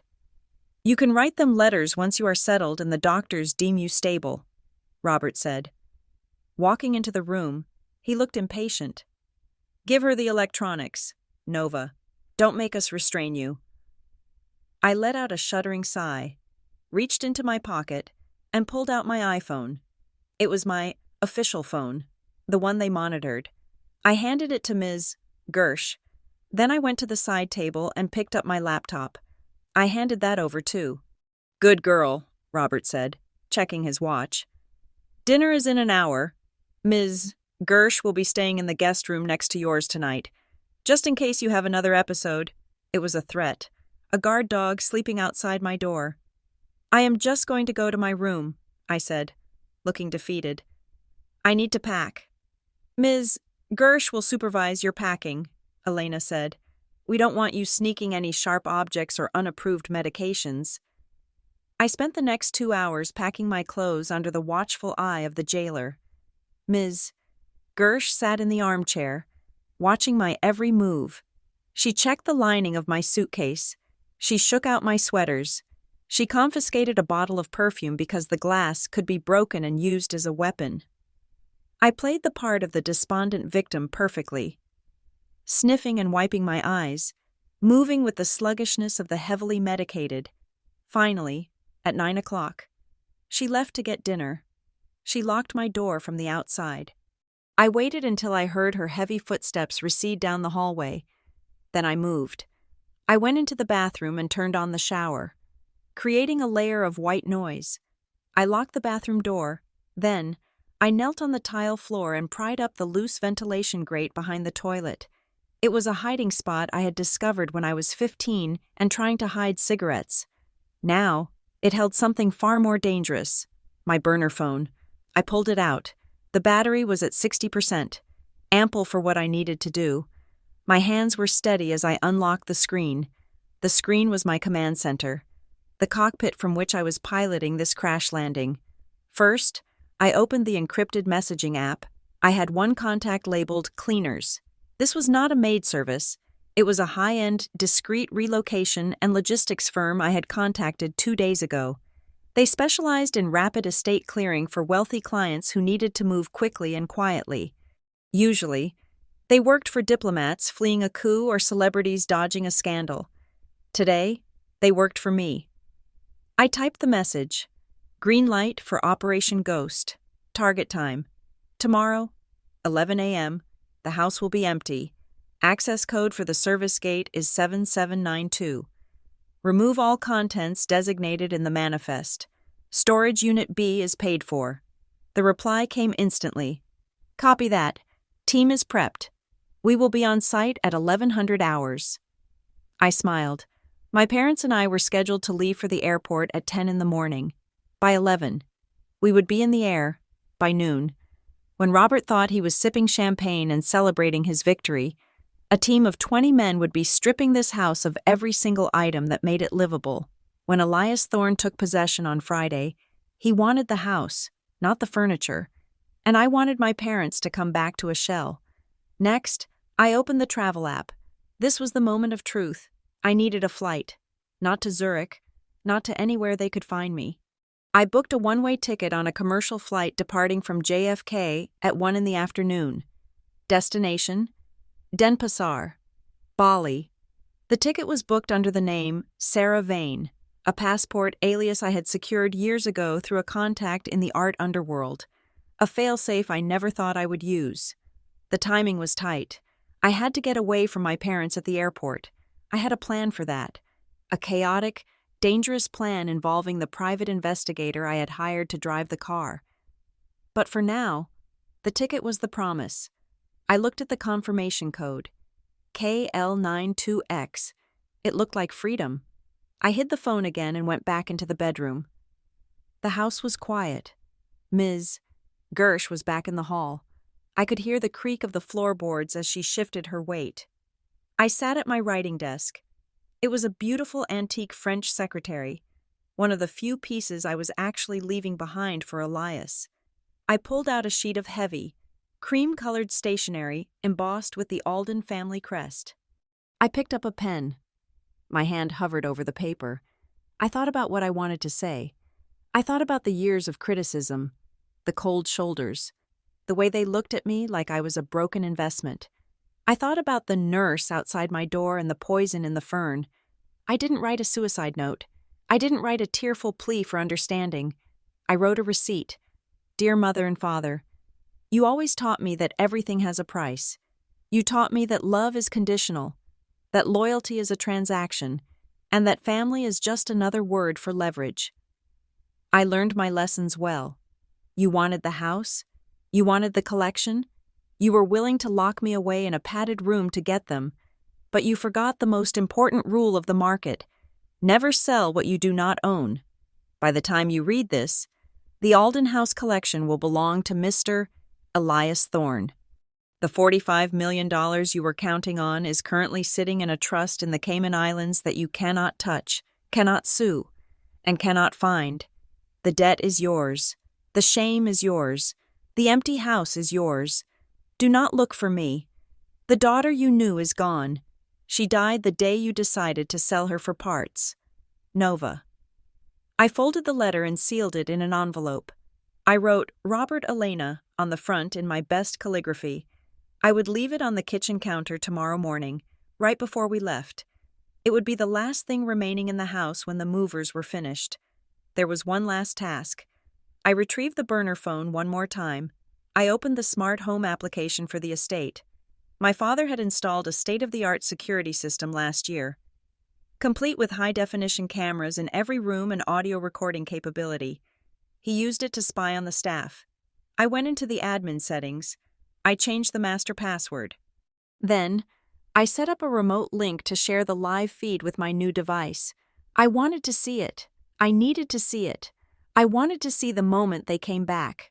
I wanted to see the look on Robert's face when the key didn't work, or when the new owners opened the door.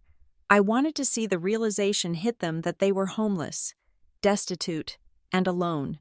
It was a petty desire, perhaps, but after 32 years of being their puppet, I felt entitled to watch the show. I verified the link. The camera feed from the living room popped up on my screen, grainy but clear in night vision. I could see the silhouette of the furniture, the shadows of the trees outside. It looked peaceful. It was the calm before the bomb. I put everything away. I packed the burner phone deep inside my boots in the suitcase. Wrapped in socks, I crawled into bed.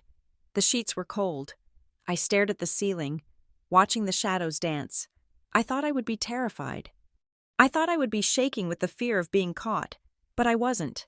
I felt a strange, vibrating energy humming under my skin. It was the feeling of a diver standing on the edge of a cliff. The fall would be terrifying, but the water below was deep and wide. Tomorrow. Everything would change. Tomorrow. Nova Alden would cease to exist, and someone new, someone harder, richer, and freer, would take her place. "Good night, house," I whispered into the darkness. "You were a terrible mother, but you made a hell of a sale." I closed my eyes and waited for the dawn. The sun rose over the Hamptons like a bruised peach, casting a sickly pale light across the driveway where the black Lincoln Navigator waited. It looked less like a transport vehicle and more like a hearse, its engine idling with a low, menacing rumble that vibrated through the soles of my shoes. I stood on the front steps, shivering in the morning chill. My mother had dressed me in a soft, cashmere travel set in a shade of beige that made me look washed out and harmless. I played the part, letting my shoulders slump, clutching my handbag with both hands, as if it were the only thing tethering me to the earth. Robert and Elena stood on either side of me, a tableau of concerned parenthood. My father was wearing his navy blazer, the one with the gold buttons, looking every inch the master of the estate. My mother was in silk, her hair perfectly coiffed, her makeup flawless. They looked ready for a photo shoot. They looked ready to win. Ms. Gersh, the jailer masquerading as a nurse, stood by the car door, holding my passport and the medical transfer papers. She looked impatient, tapping her foot against the gravel. "Time to go. Nova," my father said, his voice booming with forced cheerfulness. "The jet is waiting at East Hampton Airport. You will be in Zurich by dinner." "I don't want to go," I whispered, casting one last, longing look at the mansion. I wasn't acting. I didn't want to leave the house I had just sold. I wanted to stay and watch it burn, but I had a better view reserved. My mother pulled me into a hug. Her body was stiff, her embrace performative. She smelled of expensive perfume and cold ambition. She leaned in close, her lips brushing my ear, ensuring that only I could hear her parting wisdom. "Be a good girl over there," she murmured, her voice like a razor blade wrapped in velvet. "Don't worry about the house. I will keep the assets safe for you. I will take care of everything." I pulled back slightly, looking her dead in the eye. For a split second, I let the fog in my gaze clear.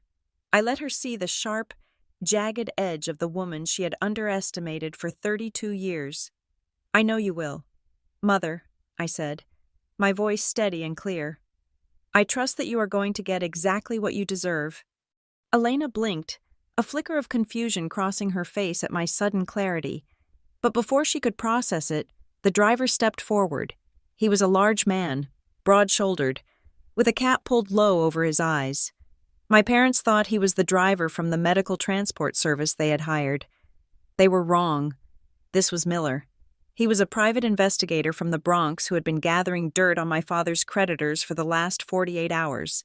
I had paid him $10,000 cash to intercept the real driver, pay him off, and take his place behind the wheel. Miller took my suitcase from Robert's grip with a little too much force. He threw it into the trunk and slammed the lid. "Patient only in the back," Miller grunted, opening the rear door. "Medical protocol. Nurse rides up front." "That is not standard," Ms. Gersh snapped, moving toward the rear door. "I need to monitor her." "Insurance regulations," Miller lied smoothly, blocking her path with his massive frame. "You want to argue with the carrier, or you want to make the flight? Get in the front." Ms. Gersh huffed, annoyed, and marched to the passenger side. I slid into the back seat. The leather was cold. I looked out the tinted window at my parents. They were waving. Robert had a smug, satisfied smile plastered on his face.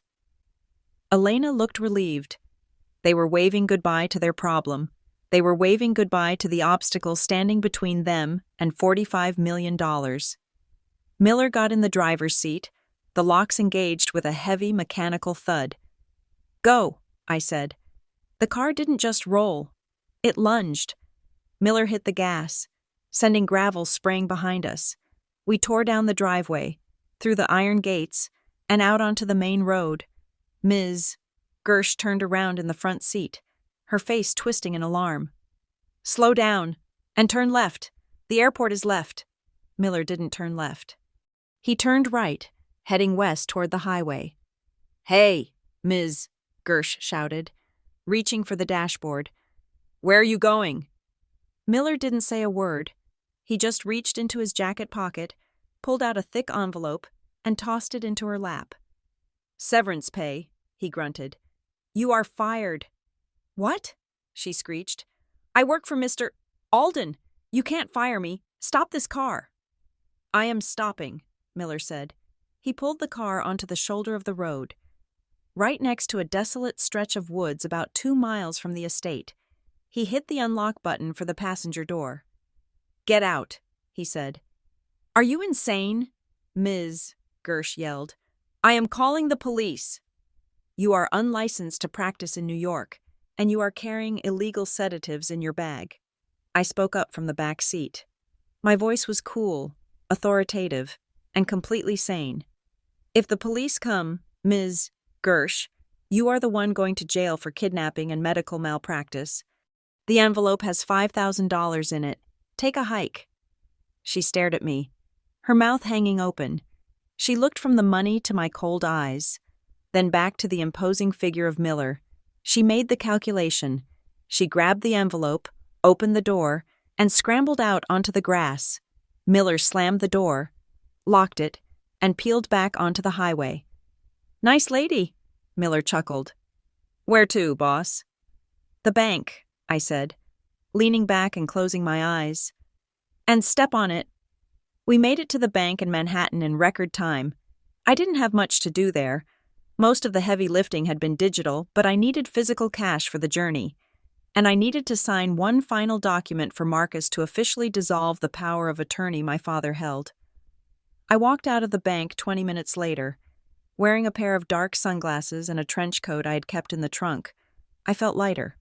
The legal tether was cut. "JFK," I told Miller. "Terminal 4.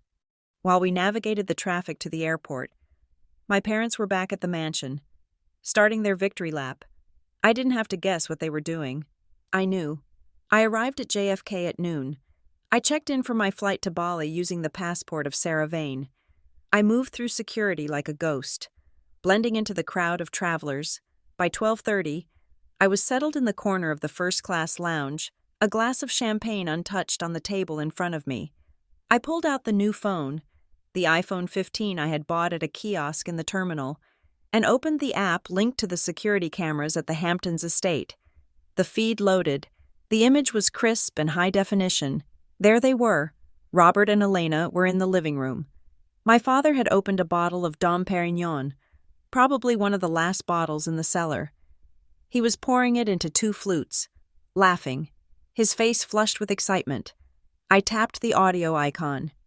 The sound came through my earbuds, clear as day. "To us," Robert toasted, clinking his glass against Elena's. "And to the Swiss medical system." "It is done," Elena sighed, sinking into the silk sofa. "I thought she would never leave.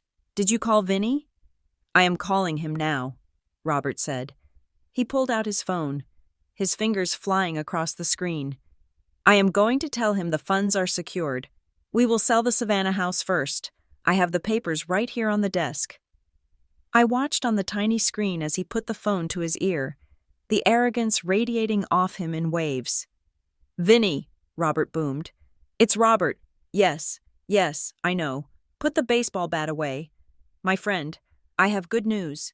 The assets are unlocked. I have full control. I can wire you the first installment by Friday. Yes, the Hamptons house is next. I am listing it this afternoon. I took a sip of champagne. It tasted like justice. He had no idea. He was promising money he didn't have, selling a house he didn't own, to a man who broke legs for a living. Then, I saw it, on the camera feed facing the driveway. A convoy appeared. It wasn't subtle. 2 large moving trucks with the logo Apex Relocation Services rumbled through the open gates. Behind them was a sleek, black Mercedes sedan. Robert was still on the phone, pacing in front of the window. Yes, Vinny, I guarantee it. My word is my bond. He stopped. He looked out the window. I saw his jaw drop. In the lounge at JFK, a voice came over the intercom. Flight 820 to Denpasar is now boarding at Gate 4. I closed the app. I didn't need to see the rest. I knew what was coming. The police would be called. The creditors would arrive. The lawyers would descend like vultures. But I wouldn't be there. I picked up my bag. I walked to the trash can near the entrance of the lounge. I took the iPhone, the link to my old life, and dropped it into the bin. I walked down the jet bridge, my heels clicking on the metal floor. I didn't look back. The plane was a silver bird waiting to take me to the other side of the world. As I settled into my seat and the stewardess handed me a hot towel, I felt a vibration in the floor. The engines were spooling up. My parents were right about one thing. The family blood was red ink, but I had just balanced the books. The plane taxied to the runway. I looked out the window as the New York skyline tilted and fell away beneath us. Somewhere down there, in the sprawling, manicured lawns of the Hamptons, the Alden dynasty was being dismantled, box by cardboard box. I closed my eyes and finally, for the first time in 10 years, I slept without dreaming. The video feed on my phone had gone dark when I boarded the plane. But I did not need a live stream to know exactly what was happening inside the Alden Manor. I had choreographed the disaster with the precision of a ballet director, and I knew every beat, every pirouette of panic, and every crescendo of humiliation that was about to unfold. Based on the police reports, the lawsuits, and the gleeful gossip columns that I would later read on a beach in Bali, the destruction of Robert and Elena Alden played out like a tragicomedy written by a sadist. I only wish I could have sold tickets. It began upstairs, in the master bedroom that had been mine only hours before. Robert and Elena, flushed with the champagne of premature victory, had decided to raid the spoils of war. They stood before my wall safe, the one hidden behind the watercolor painting of the coastline. Robert held a stethoscope to the metal door, looking like a caricature of a bank robber from a 1950s movie. He was convinced that inside lay not just my grandmother's vintage Cartier collection, but perhaps cash I had hoarded. "Left to 40, he muttered, his tongue thick with alcohol. "Right to 10. Damn it. Elena, stop breathing so loudly. I can't hear the tumblers." "Just drill it." "Robert," my mother snapped, pacing the room in her silk stockings. "She is gone. The house is ours. We can take a sledgehammer to the wall if we want." They were drunk on power. They were high on the idea that they had successfully disposed of their only child and secured their financial future. They were discussing which diamond necklace would look best on Elena at the next gala when the sound of thunder rolled through the house. It was not weather. It was the front door being assaulted. It was not a knock. It was the heavy, authoritative pounding of a fist that had the law behind it. "Who in God's name is that?" Robert demanded, pulling the stethoscope from his ears. "If that is the movers asking for a tip, I will have them arrested." He marched downstairs, Elena trailing behind him, adjusting her pearls.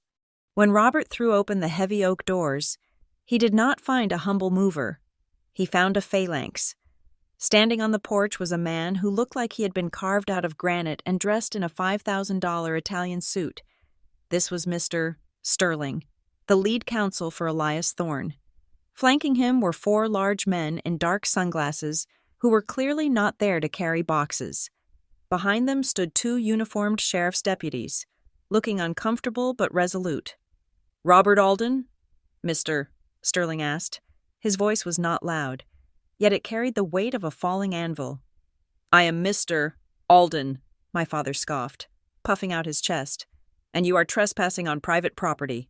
I demand you remove these trucks and get off my land immediately." "Mr. Sterling did not blink. He reached into his briefcase and produced a document with a blue cover. He held it up. "Actually, Mr. Alden, you are the one trespassing," Sterling said, his tone bored. "This estate is the sole property of Mr. Elias Thorne. The deed was transferred, recorded, and stamped by the county clerk 3 days ago. You are illegally occupying the premises." Robert laughed. It was a wet, incredulous sound. "That is absurd. My daughter owns this house, and I am her legal guardian. She is currently en route to a medical facility in Switzerland. Any transaction she made is void by reason of insanity." "Incorrect," Sterling countered, flipping the document open. "Ms. Alden was a legally competent adult at the time of the sale. We have a signed affidavit from her psychiatrist stating she was of sound mind, dated the morning of the closing. We also have a video recording of the signing. The transaction is ironclad. You have 60 minutes to vacate the premises before we press criminal charges for squatting." "Squatting?" Elena shrieked, stepping forward. "We are the Aldens. We have lived here for 30 years. And now you are leaving," Sterling said. "My client, Mr. Thorne, wishes to begin renovations immediately. Specifically, he wants the pest control team to sweep the building. I assume that includes you." Robert turned a shade of purple that was almost impressive. "I am calling my lawyer. You will be disbarred for this." He fumbled for his phone, his hands shaking so violently he nearly dropped it. He dialed his attorney, a man named George, who had helped him launder money for years. He put it on speaker, desperate for an audience to witness his vindication. "George!" Robert screamed when the line connected. "I have a lunatic here claiming Nova sold the house. Tell him I have power of attorney." There was a long, awkward silence on the other end of the line. "Robert," George's voice came through, sounding tinny and distant. "I tried to call you an hour ago. I just got a fax from Nova's lawyer. The power of attorney was revoked last week.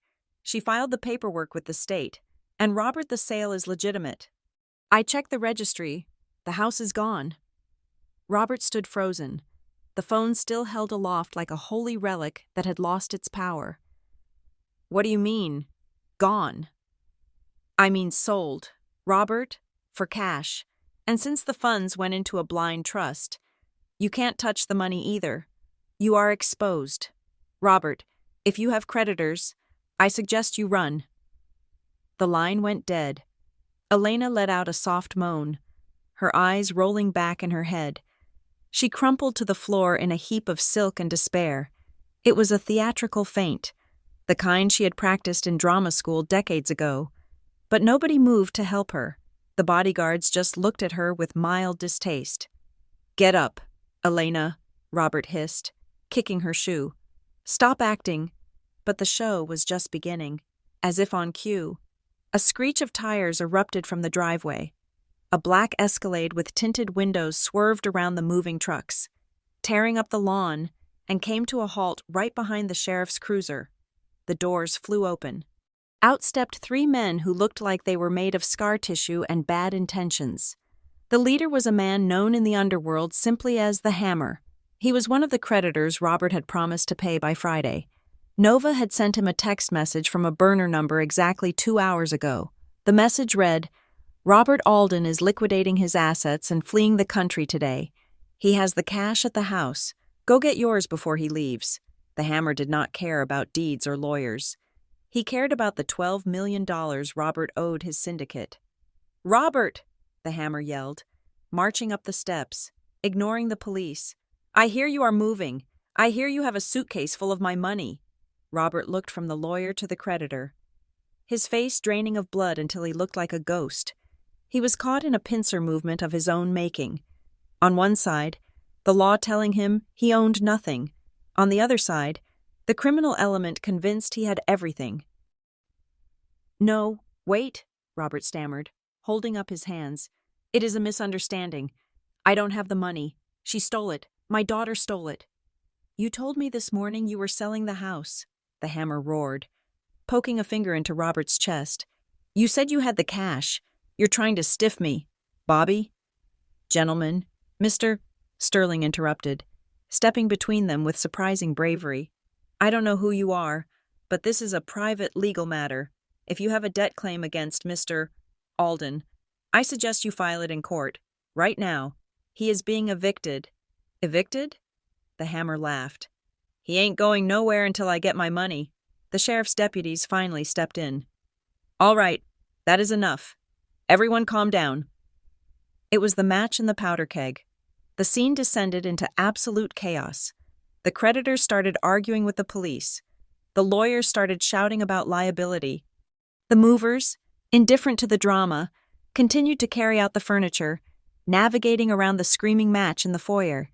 At one point, a mover walked past Robert carrying his favorite leather armchair, and Robert instinctively grabbed it. That is my chair, Robert howled, playing tug-of-war with the mover. Let go, sir, the mover grunted. It is my chair. It is my house. It is my life. Robert was sobbing now. A pathetic, broken sound. The deputy lost his patience. Sir, step away from the furniture, or I will place you under arrest for disorderly conduct. Arrest me? Robert screamed, letting go of the chair. Arrest her. Arrest Nova. She is the criminal. She is a thief. Elena, having realized that fainting was not stopping the eviction, sat up and began to scream at the bodyguards. You can't do this. We are the Aldens. Do you know who we are? Yes, ma'am, one of the bodyguards said, checking his watch. You are the people who have 5 minutes left to get off the property. The climax of the farce came when the police finally physically escorted my parents out the front door. Robert was still shouting threats, his blazer torn from the scuffle with the creditor. Elena was weeping, clutching her handbag, missing one shoe which had fallen off in the foyer. They stood on the gravel driveway, the wind whipping their hair, watching as the doors to their kingdom were slammed shut and locked by a stranger. The creditors were circling them like sharks, but the police presence kept them at bay for the moment. Robert looked around, wild-eyed. He reached for his phone again. Nova, he muttered. I will call Nova. She will fix this. She has to fix this. It is a prank. It is a sick, twisted prank. He dialed my number. I can only imagine the sound he heard. We are sorry. The number you have dialed is no longer in service. Please check the number and try again. He dialed again and again and again. She disconnected it, he whispered, the phone sliding from his hand. She cut the line. Where do we go, Robert? Elena wailed. We have nowhere to go. The penthouse is foreclosed. The cards are maxed out. We need the keys, Robert said, his eyes darting around. We need the car keys. But the Lincoln Navigator was gone. Miller had driven it away hours ago. Their other cars were locked in the garage. And Mr. Sterling had the remote. They were stranded. The kitchen, Elena gasped suddenly. I left my purse on the kitchen island. It has my emergency cash. We need to get back in. She ran to the window. Peering inside, the movers had cleared most of the ground floor, but the kitchen was the last on the list. Through the glass, she saw the sprawling marble island. It was empty, stripped of the fruit bowl and the expensive espresso machine. Except for one thing, sitting in the center of the vast, empty expanse of marble was a single white envelope. Robert joined her at the window, pressing his face against the glass. What is that? He asked. A letter, Elena said, squinting. It has our names on it. They banged on the glass until a mover, looking annoyed, opened the side door. What now? The mover asked. That letter, Robert panted. It is ours. Let me get it. The mover shrugged and stepped aside. Robert rushed in, grabbed the envelope, and tore it open with trembling fingers. Elena read over his shoulder. I imagine the silence that fell over them as they read my final words was heavier than the door that had just slammed in their faces. The debt is yours. The shame is yours. The empty house is yours. Robert dropped the letter. He looked around the empty kitchen. The echo of his own breathing bounced off the bare walls. He realized then that the silence I had lived with for 32 years had finally been passed to him. "She knew," Robert whispered, his voice hollow. "She knew everything, the whole time." "My jewelry," Elena gasped, clutching her throat. "My diamonds, they are in the safe." "The safe is empty, Elena," Robert said, a hysterical giggle bubbling up in his throat. "Don't you get it? The house is empty. The bank accounts are empty. We are empty." Outside, the siren of a second police car approached. The creditors were waiting by the gate. The sun was setting on the Alden Empire, and the only thing they owned was the clothes on their backs and a piece of stationery telling them exactly how much they had lost. Robert sank to the floor, sitting on the cold tiles where he used to demand his dinner be served. He started to laugh. It was the sound of a man whose mind had finally snapped under the weight of his own greed. "She won," he wheezed, tears streaming down his face. "The crazy girl, she actually won." And 40,000 feet above the Pacific Ocean, sipping a fresh glass of champagne, I smiled. I didn't need to hear him say it. I felt it. The balance of the universe had shifted, the check had cleared, and the eviction was permanent. I did not need to be in the room to hear the silence that fell over the kitchen. I knew the acoustics of that space better than I knew the sound of my own heartbeat. It was a cavern of marble and steel, designed to impress guests, but destined to amplify the loneliness of the people who lived there. Through the high-definition lens of the security camera, I was monitoring from my seat on the plane, and later from the pristine news footage that would dominate the national cycle. I watched the finale of the opera I had written. Robert stood amidst the emptiness, the white envelope trembling in his hand like a surrender flag. He had spent his life believing that words were tools for manipulation, weapons to be used in boardrooms and over cocktails. He was about to learn that the truth is the most devastating weapon of all. He tore the seal. I could see his lips moving, stumbling over the familiar handwriting that he had not seen since I was a child. "Dear Mother and Father, people always say that a family is the harbor where the storm stops, the one place where the winds of the world cannot reach you. But for 32 years, you have not been the shelter. You have been the storm. I know about the debts. I know about the $12 million you owe to the syndicates in New Jersey. I know about the $8 million in leveraged loans against a portfolio that does not exist. I know about the crypto scams, the metaverse land that turned into dust, and the desperation that drove you to look at your only child and see not a daughter, but a liquidation event. Did you think I was asleep? Did you think the drugs you forced down my throat, the antipsychotics masquerading as antidepressants, the sedatives you slipped into my warm milk like a twisted bedtime story, had actually erased my mind? You made a fatal error. You mistook silence for submission. You thought that because I was quiet, I was broken, but I was not breaking. Father, I was calculating. I watched Robert's face turn the color of ash. He leaned against the bare counter, his legs unable to support the weight of the words. Elena was reading over his shoulder, her hand clutching her chest, her eyes widening as the list of grievances went on. "I have sold the house collection, all of it, the Savannah Estate, the Aspen Lodge, the Napa Vineyard, the Manhattan Brownstone, and the Hamptons house you are currently standing in. The transaction is complete. The titles have been transferred. The $45 million you intended to steal to cover your gambling losses is gone. It is sitting in an offshore trust that has no extradition treaty with your greed. Do not think of it as theft. Think of it as severance pay. Think of it as back wages for 32 years of emotional labor. For every time you paraded me in front of your investors like a show pony. For every time you gaslit me into believing I was insane so you could control my signature. You wanted a legacy? This is it. You are leaving this house with exactly what you gave me. Nothing." Elena let out a wail that the audio microphone picked up clearly. A sharp, jagged sound of pure materialism dying a painful death. She wasn't crying for me. She was crying for the $45 million that had just evaporated. But the letter had one final paragraph. The sting in the tail. Do not look for me, and do not waste your time looking for the assets. Instead, I suggest you look for a very expensive criminal defense attorney.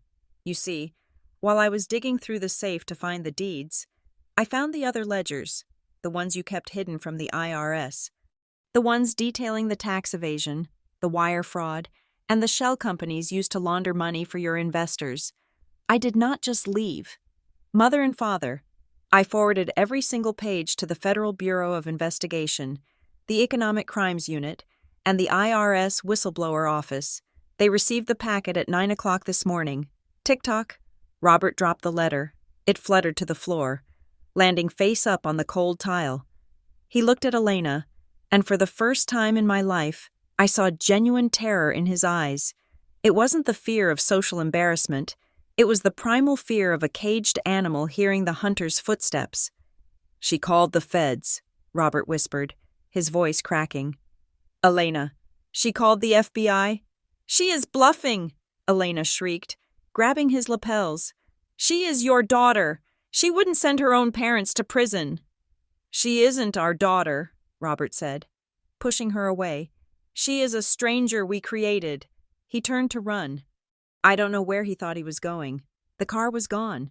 The gates were blocked by the movers' trucks, but instinct took over. He ran toward the back door, perhaps thinking he could cut through the woods, maybe reach the highway, maybe hitchhike to a non-extradition country.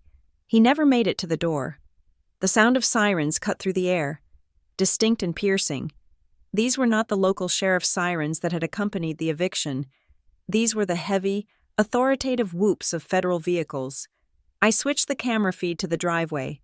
It was a scene straight out of a movie, but infinitely more satisfying because it was real. 4 black SUVs swerved into the driveway, bypassing the confused movers and the local police. They screeched to a halt in a formation that blocked every possible exit. Doors flew open. Men and women in blue windbreakers with yellow bold lettering on the back spilled out. FBI, FBI, FBI. They moved with a synchronized aggression that made the local deputies look like mall cops. They had guns drawn, not pointed at the movers, but trained on the front entrance. Federal agents, a voice boomed over a loudspeaker. Robert Alden, Elena Alden, come out with your hands up. Inside the kitchen, Robert froze. He looked at the back door, then at the front. He looked at the letter on the floor. He realized the trap had not just snapped shut. It had been welded tight. It is over, he mumbled. He slumped against the island, sliding down until he was sitting on the floor, surrounded by the ghosts of his appliances. Elena was frantic. She began running around the kitchen, opening empty drawers, looking for something, anything, to save her. She grabbed a silver spoon that the movers had missed. She dropped it. She grabbed a napkin. She was dissociating, her mind shattering under the pressure of the reality I had forced upon her. The back door burst open. A team of agents stormed in, weapons raised. Hands! Show me your hands! I watched my father, the man who used to terrorize waitstaff if his steak was slightly overcooked, raise his shaking hands in the air. I watched him being hauled to his feet, not with deference, but with the rough efficiency of law enforcement dealing with a felon. Robert Alden, you are under arrest for conspiracy to commit wire fraud, tax evasion, and money laundering, an agent recited, spinning him around and slamming him against the marble counter. The click of the handcuffs was audible even through the camera microphone. It was a sharp, metallic sound. Click, click, the sound of justice. Elena was screaming. Do you know who we are? We are the victims. Our daughter stole our house. Arrest her. Ma'am, place your hands behind your back, a female agent ordered, stepping forward. Don't touch me. This is silk, Elena shrieked. The agent didn't care about the silk. She spun Elena around and cuffed her.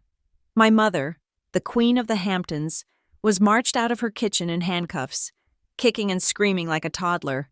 They were led out the front door, into the harsh light of the afternoon sun. And this was where the knife twisted deeper. The commotion, the sirens, and the army of law enforcement had drawn a crowd. In the Hamptons, gossip travels faster than light. The neighbors, the people my parents had dined with, the people they had tried to impress for decades, had gathered at the gates, but they weren't there to offer support. They were there with their phones out. I watched the live feed from the driveway camera. I saw Mrs. Vanderhoven, the woman my mother called her dearest confidant, holding her iPhone up, live streaming the entire walk of shame. I saw the breathless excitement on their faces. To them, this wasn't a tragedy. It was entertainment. The Aldens were falling, and everyone wanted a front-row seat to the crash. Robert lowered his head, trying to keep his face out of the camera's view. He knew that even if he somehow beat the charges, which, given the gigabytes of evidence I had sent, was impossible, his life was over. The social capital he had hoarded was worthless. He was a pariah. Elena was still yelling, pleading with the neighbors. "Cindy, tell them who we are." Cindy didn't say a word. She just zoomed in. The agents separated them and escorted them into the back of 2 different SUVs. The heavy doors closed, sealing them inside a world of legal nightmares that would follow them for the rest of their natural lives. The convoy pulled away, sirens wailing, leaving behind a gutted mansion and a crowd of wealthy vultures picking over the remains of the reputation my parents had sacrificed everything to build. The feed went dead as the power to the house was finally cut by the new owners. I leaned back in my seat, the silence of the airplane cabin wrapping around me. I took a deep breath. It didn't feel like triumph. Triumph implies a battle won. This felt like a surgery. It was bloody. It was painful. But the tumor had been removed. The screen faded to black. 6 months later, the light in Bali is different. It is golden, thick with humidity and the scent of frangipani. It softens everything it touches, blurring the sharp edges of memory. I sat on the teak deck of my villa, overlooking the Indian Ocean. The water was a turquoise expanse that stretched to the horizon, endless and indifferent. My iPad rested on the table next to a glass of iced tea. I scrolled through the news articles one last time before I planned to delete the alerts forever. Hampton's heist, the fall of the Alden dynasty, reality bites, socialite couple indicted on 40 counts of fraud. Where's the heiress? Nova Alden vanishes after sale of Century. The article about the trial was the most satisfying. Robert had tried to plead insanity, claiming the stress of his daughter's mental illness had driven him to make poor financial decisions. The judge, armed with the evidence I had provided, including the falsified medical records from Dr. Aris, who had turned state's witness in exchange for leniency, did not buy it. Robert was sentenced to 10 years in federal prison. Elena, who had signed every fraudulent tax return and was complicit in the medical abuse, got 8 years. But the detail that made me smile, the detail that truly proved the universe had a sense of humor, was about their assets. The government had seized everything to pay back the creditors and the IRS, the cars, the jewelry, the clothes, even the contents of the storage unit where they had kept their rainy-day gold bars. It was all gone. Elena was currently awaiting transfer to a minimum security facility, but in the interim, she was being held in a county jail where she was reportedly working in the laundry service to pay for commissary privileges. My mother, who once fired a maid for folding a sheet incorrectly, was now washing socks for strangers. I tapped the screen, closing the tab. I looked down at the letter on the table. It was from Elias Thorne. He didn't write emails for important things. He sent handwritten notes on heavy cardstock. Dear Nova, the house is coming along. We found some dry rot in the east wing, just as you suspected, but the foundation is solid. I turned your old room into a library. I thought you would appreciate the quiet. I hope you found what you were looking for. The transaction was the best investment I ever made, not for the real estate, but for the story. You have a hell of a story. Kid, Elias, P.E.S. If you ever need to sell a country, call me." I smiled and folded the note. I stood up and walked to the edge of the deck. The ocean roared below, a sound of immense, uncontrollable power. I was not Nova Alden anymore. That name belonged to a victim, a girl who lived in a cage of other people's expectations. My passport said Sarah Vane, but names were just labels. What I was, finally, was the author of my own life. I had $45 million in the bank, but that wasn't the wealth. The wealth was the fact that I could wake up tomorrow morning and do absolutely anything I wanted. I could paint, I could write, I could sit here and stare at the waves for a year. I had bought my freedom, and the price was a bargain. I picked up the burner phone, the last physical link to the heist, the device that had coordinated the destruction of my parents' lives. I walked down the steps to the beach. The sand was warm between my toes. I walked into the surf until the water swirled around my knees. I looked at the phone one last time. It was just plastic and glass, but it held the ghosts of the last 6 months. I pulled my arm back and threw it.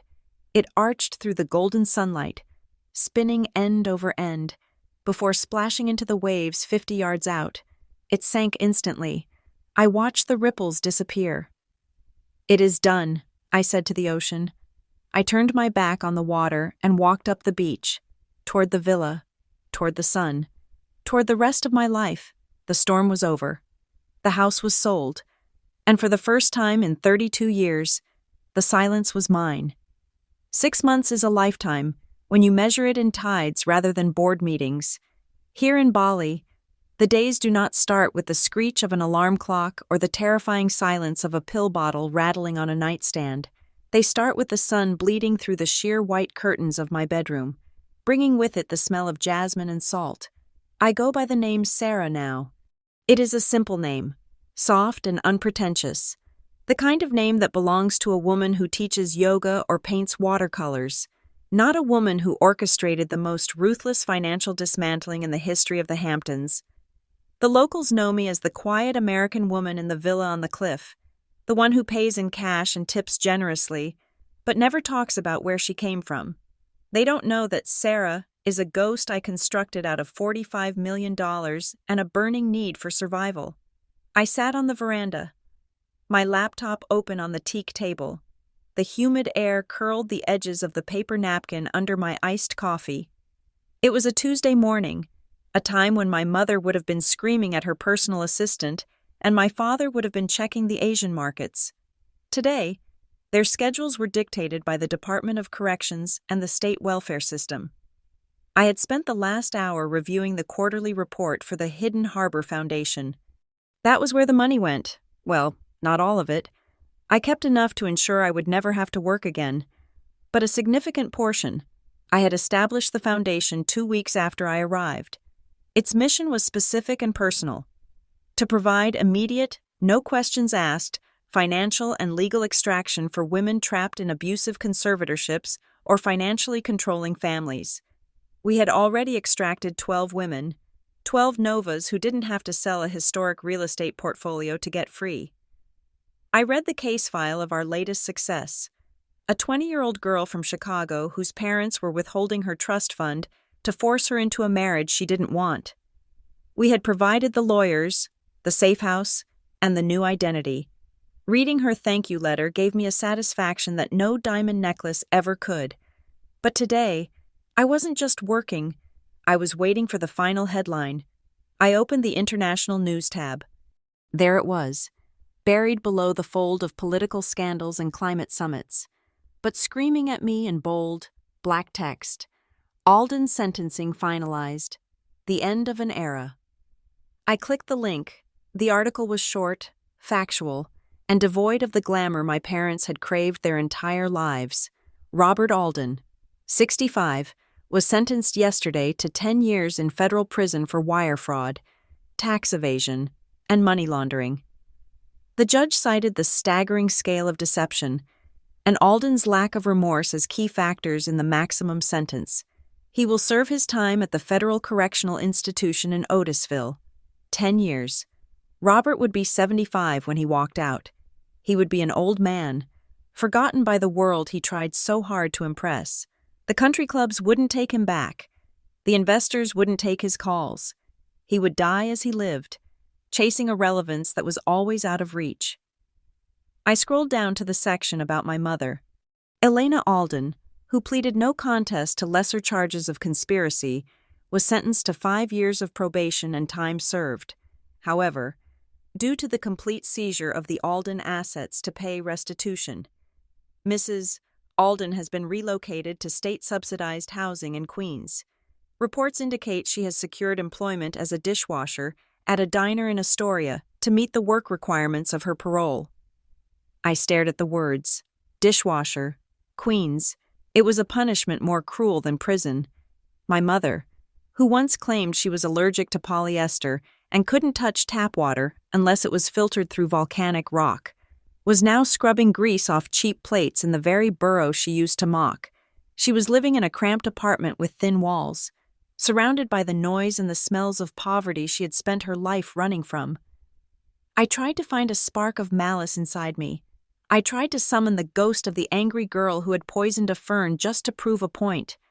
But there was nothing, no glee, no gloating, just a profound, quiet sense of balance. The scales had tipped, and now they were even. They had tried to steal my life, so I took their lifestyle. It was a fair trade. A notification chimed on my screen, pulling me from my thoughts. It was an email. The sender name was simple. E.T. My heart did a small, nostalgic flip. Elias Thorne. I opened it. There was no subject line, Nova, or should I say, Sarah? I just read the morning papers. It seems the final act has concluded. I wanted to let you know that the renovations on the Hamptons house are complete. We tore down the walls in the master bedroom. Too many bad vibes. It is an open-concept observatory now. I also found something in the floorboards of the attic. An old sketchbook, drawings of birds, signed Nova, age 7. I put it in the safe. If you ever want it, it is here. The house is a masterpiece. Nova. But the story you wrote with it? That is the real art. Thank you for the deal of the century. Live well. Elias. I closed the laptop. The sketchbook. I had forgotten about that. A relic from a time before I knew I was a prisoner, when I just thought I was a lonely girl who liked birds because they could fly away. Elias keeping it in a safe, treating my childhood scribbles like a valuable asset, touched me in a way I hadn't expected. He was a shark, yes, but he was a shark who understood the value of scars. I stood up, the teak wood warm under my bare feet. I needed to walk. I left the villa and followed the winding stone path down to the beach. The ocean was calm today, the waves lapping gently against the white sand. The horizon was a blur of blue and gold, infinite and open. I walked until the villa was just a speck in the distance. I was alone. No bodyguards, no nurses, no cameras, no one watching to see if I was crazy or compliant. For 32 years, my worth had been calculated by others. To my parents, I was an asset class. To my husband, I was a trophy. To the doctors, I was a diagnosis. Everyone had a piece of paper that said who I was. But standing there, with the water rushing over my ankles, I realized I had burned all the paper. I was unwritten. I reached into the pocket of my linen shorts. My fingers closed around a small, plastic rectangle. It was a SIM card. It wasn't the one I had thrown into the ocean 6 months ago. That was the burner used for the heist. This was different. This was the SIM card from the encrypted phone I had used to monitor the legal proceedings. The direct line to Marcus. The last digital thread that connected me to the name Alden. I had kept it active for 6 months, checking it obsessively, waiting for the gavel to fall. I pulled it out and held it up to the sun. It was tiny, a little chip of silicon and gold that held the frequency of my trauma. As long as I had it, I was still watching them. I was still in the kitchen, waiting for them to find the letter. I didn't need to watch anymore. The show was over. The credits had rolled. I looked at the ocean. It was hungry, but it was clean. "You don't own me," I whispered. I wasn't talking to the SIM card. I was talking to the memory of my father's voice, to the ghost of my mother's touch. to the fear that had lived in my marrow for 3 decades. You don't own a single breath in my lungs. I wound up my arm and threw the chip. It didn't make a splash I could see. It was too small. It just vanished into the vast, churning blue of the Indian Ocean. 1 second it was there, heavy with history, and the next it was gone, swallowed by the tide. I stood there for a long time, listening to the rhythm of the water, in and out, in and out. I took a deep breath, filling my lungs with air that tasted of freedom. It wasn't the manic high of the heist. It wasn't the adrenaline of the escape. It was something better. It was peace. I turned my back on the ocean and looked up toward the villa, toward the life I had bought with courage and cold. Hard cash. I had a foundation to run. I had a yoga class at 4. I had a dinner reservation at a place that served spicy noodles on a banana leaf. I had a future. And the best part? It didn't cost $45 million. It just cost the courage to walk away. I started walking back up the beach, leaving my footprints in the sand. The tide would wash them away in an hour. And that was fine. I didn't need to leave a mark on the world to prove I existed. I just needed to exist for myself. My name is Sarah. I am 33 years old, and I am finally, completely free. Thank you so much for listening to my story. It was a long journey from the gilded cage of New York to the beaches of Bali. And I am grateful you walked it with me. That is how I sold my past to buy back my future. If you enjoyed watching justice be served and seeing the greedy get exactly what they deserved, please smash that like button and subscribe to the channel, BitterSweet Drama Stories. We have so many more tales of revenge, redemption, and the sweet taste of karma coming your way. Also, I would love to know where you are listening from. Are you in a busy city like New York, or somewhere peaceful like Bali? Leave a comment below and let's chat. And if you really love the story, hit that hype button to help us reach more people. Until next time, remember, your life belongs to you. Don't let anyone sell it cheap.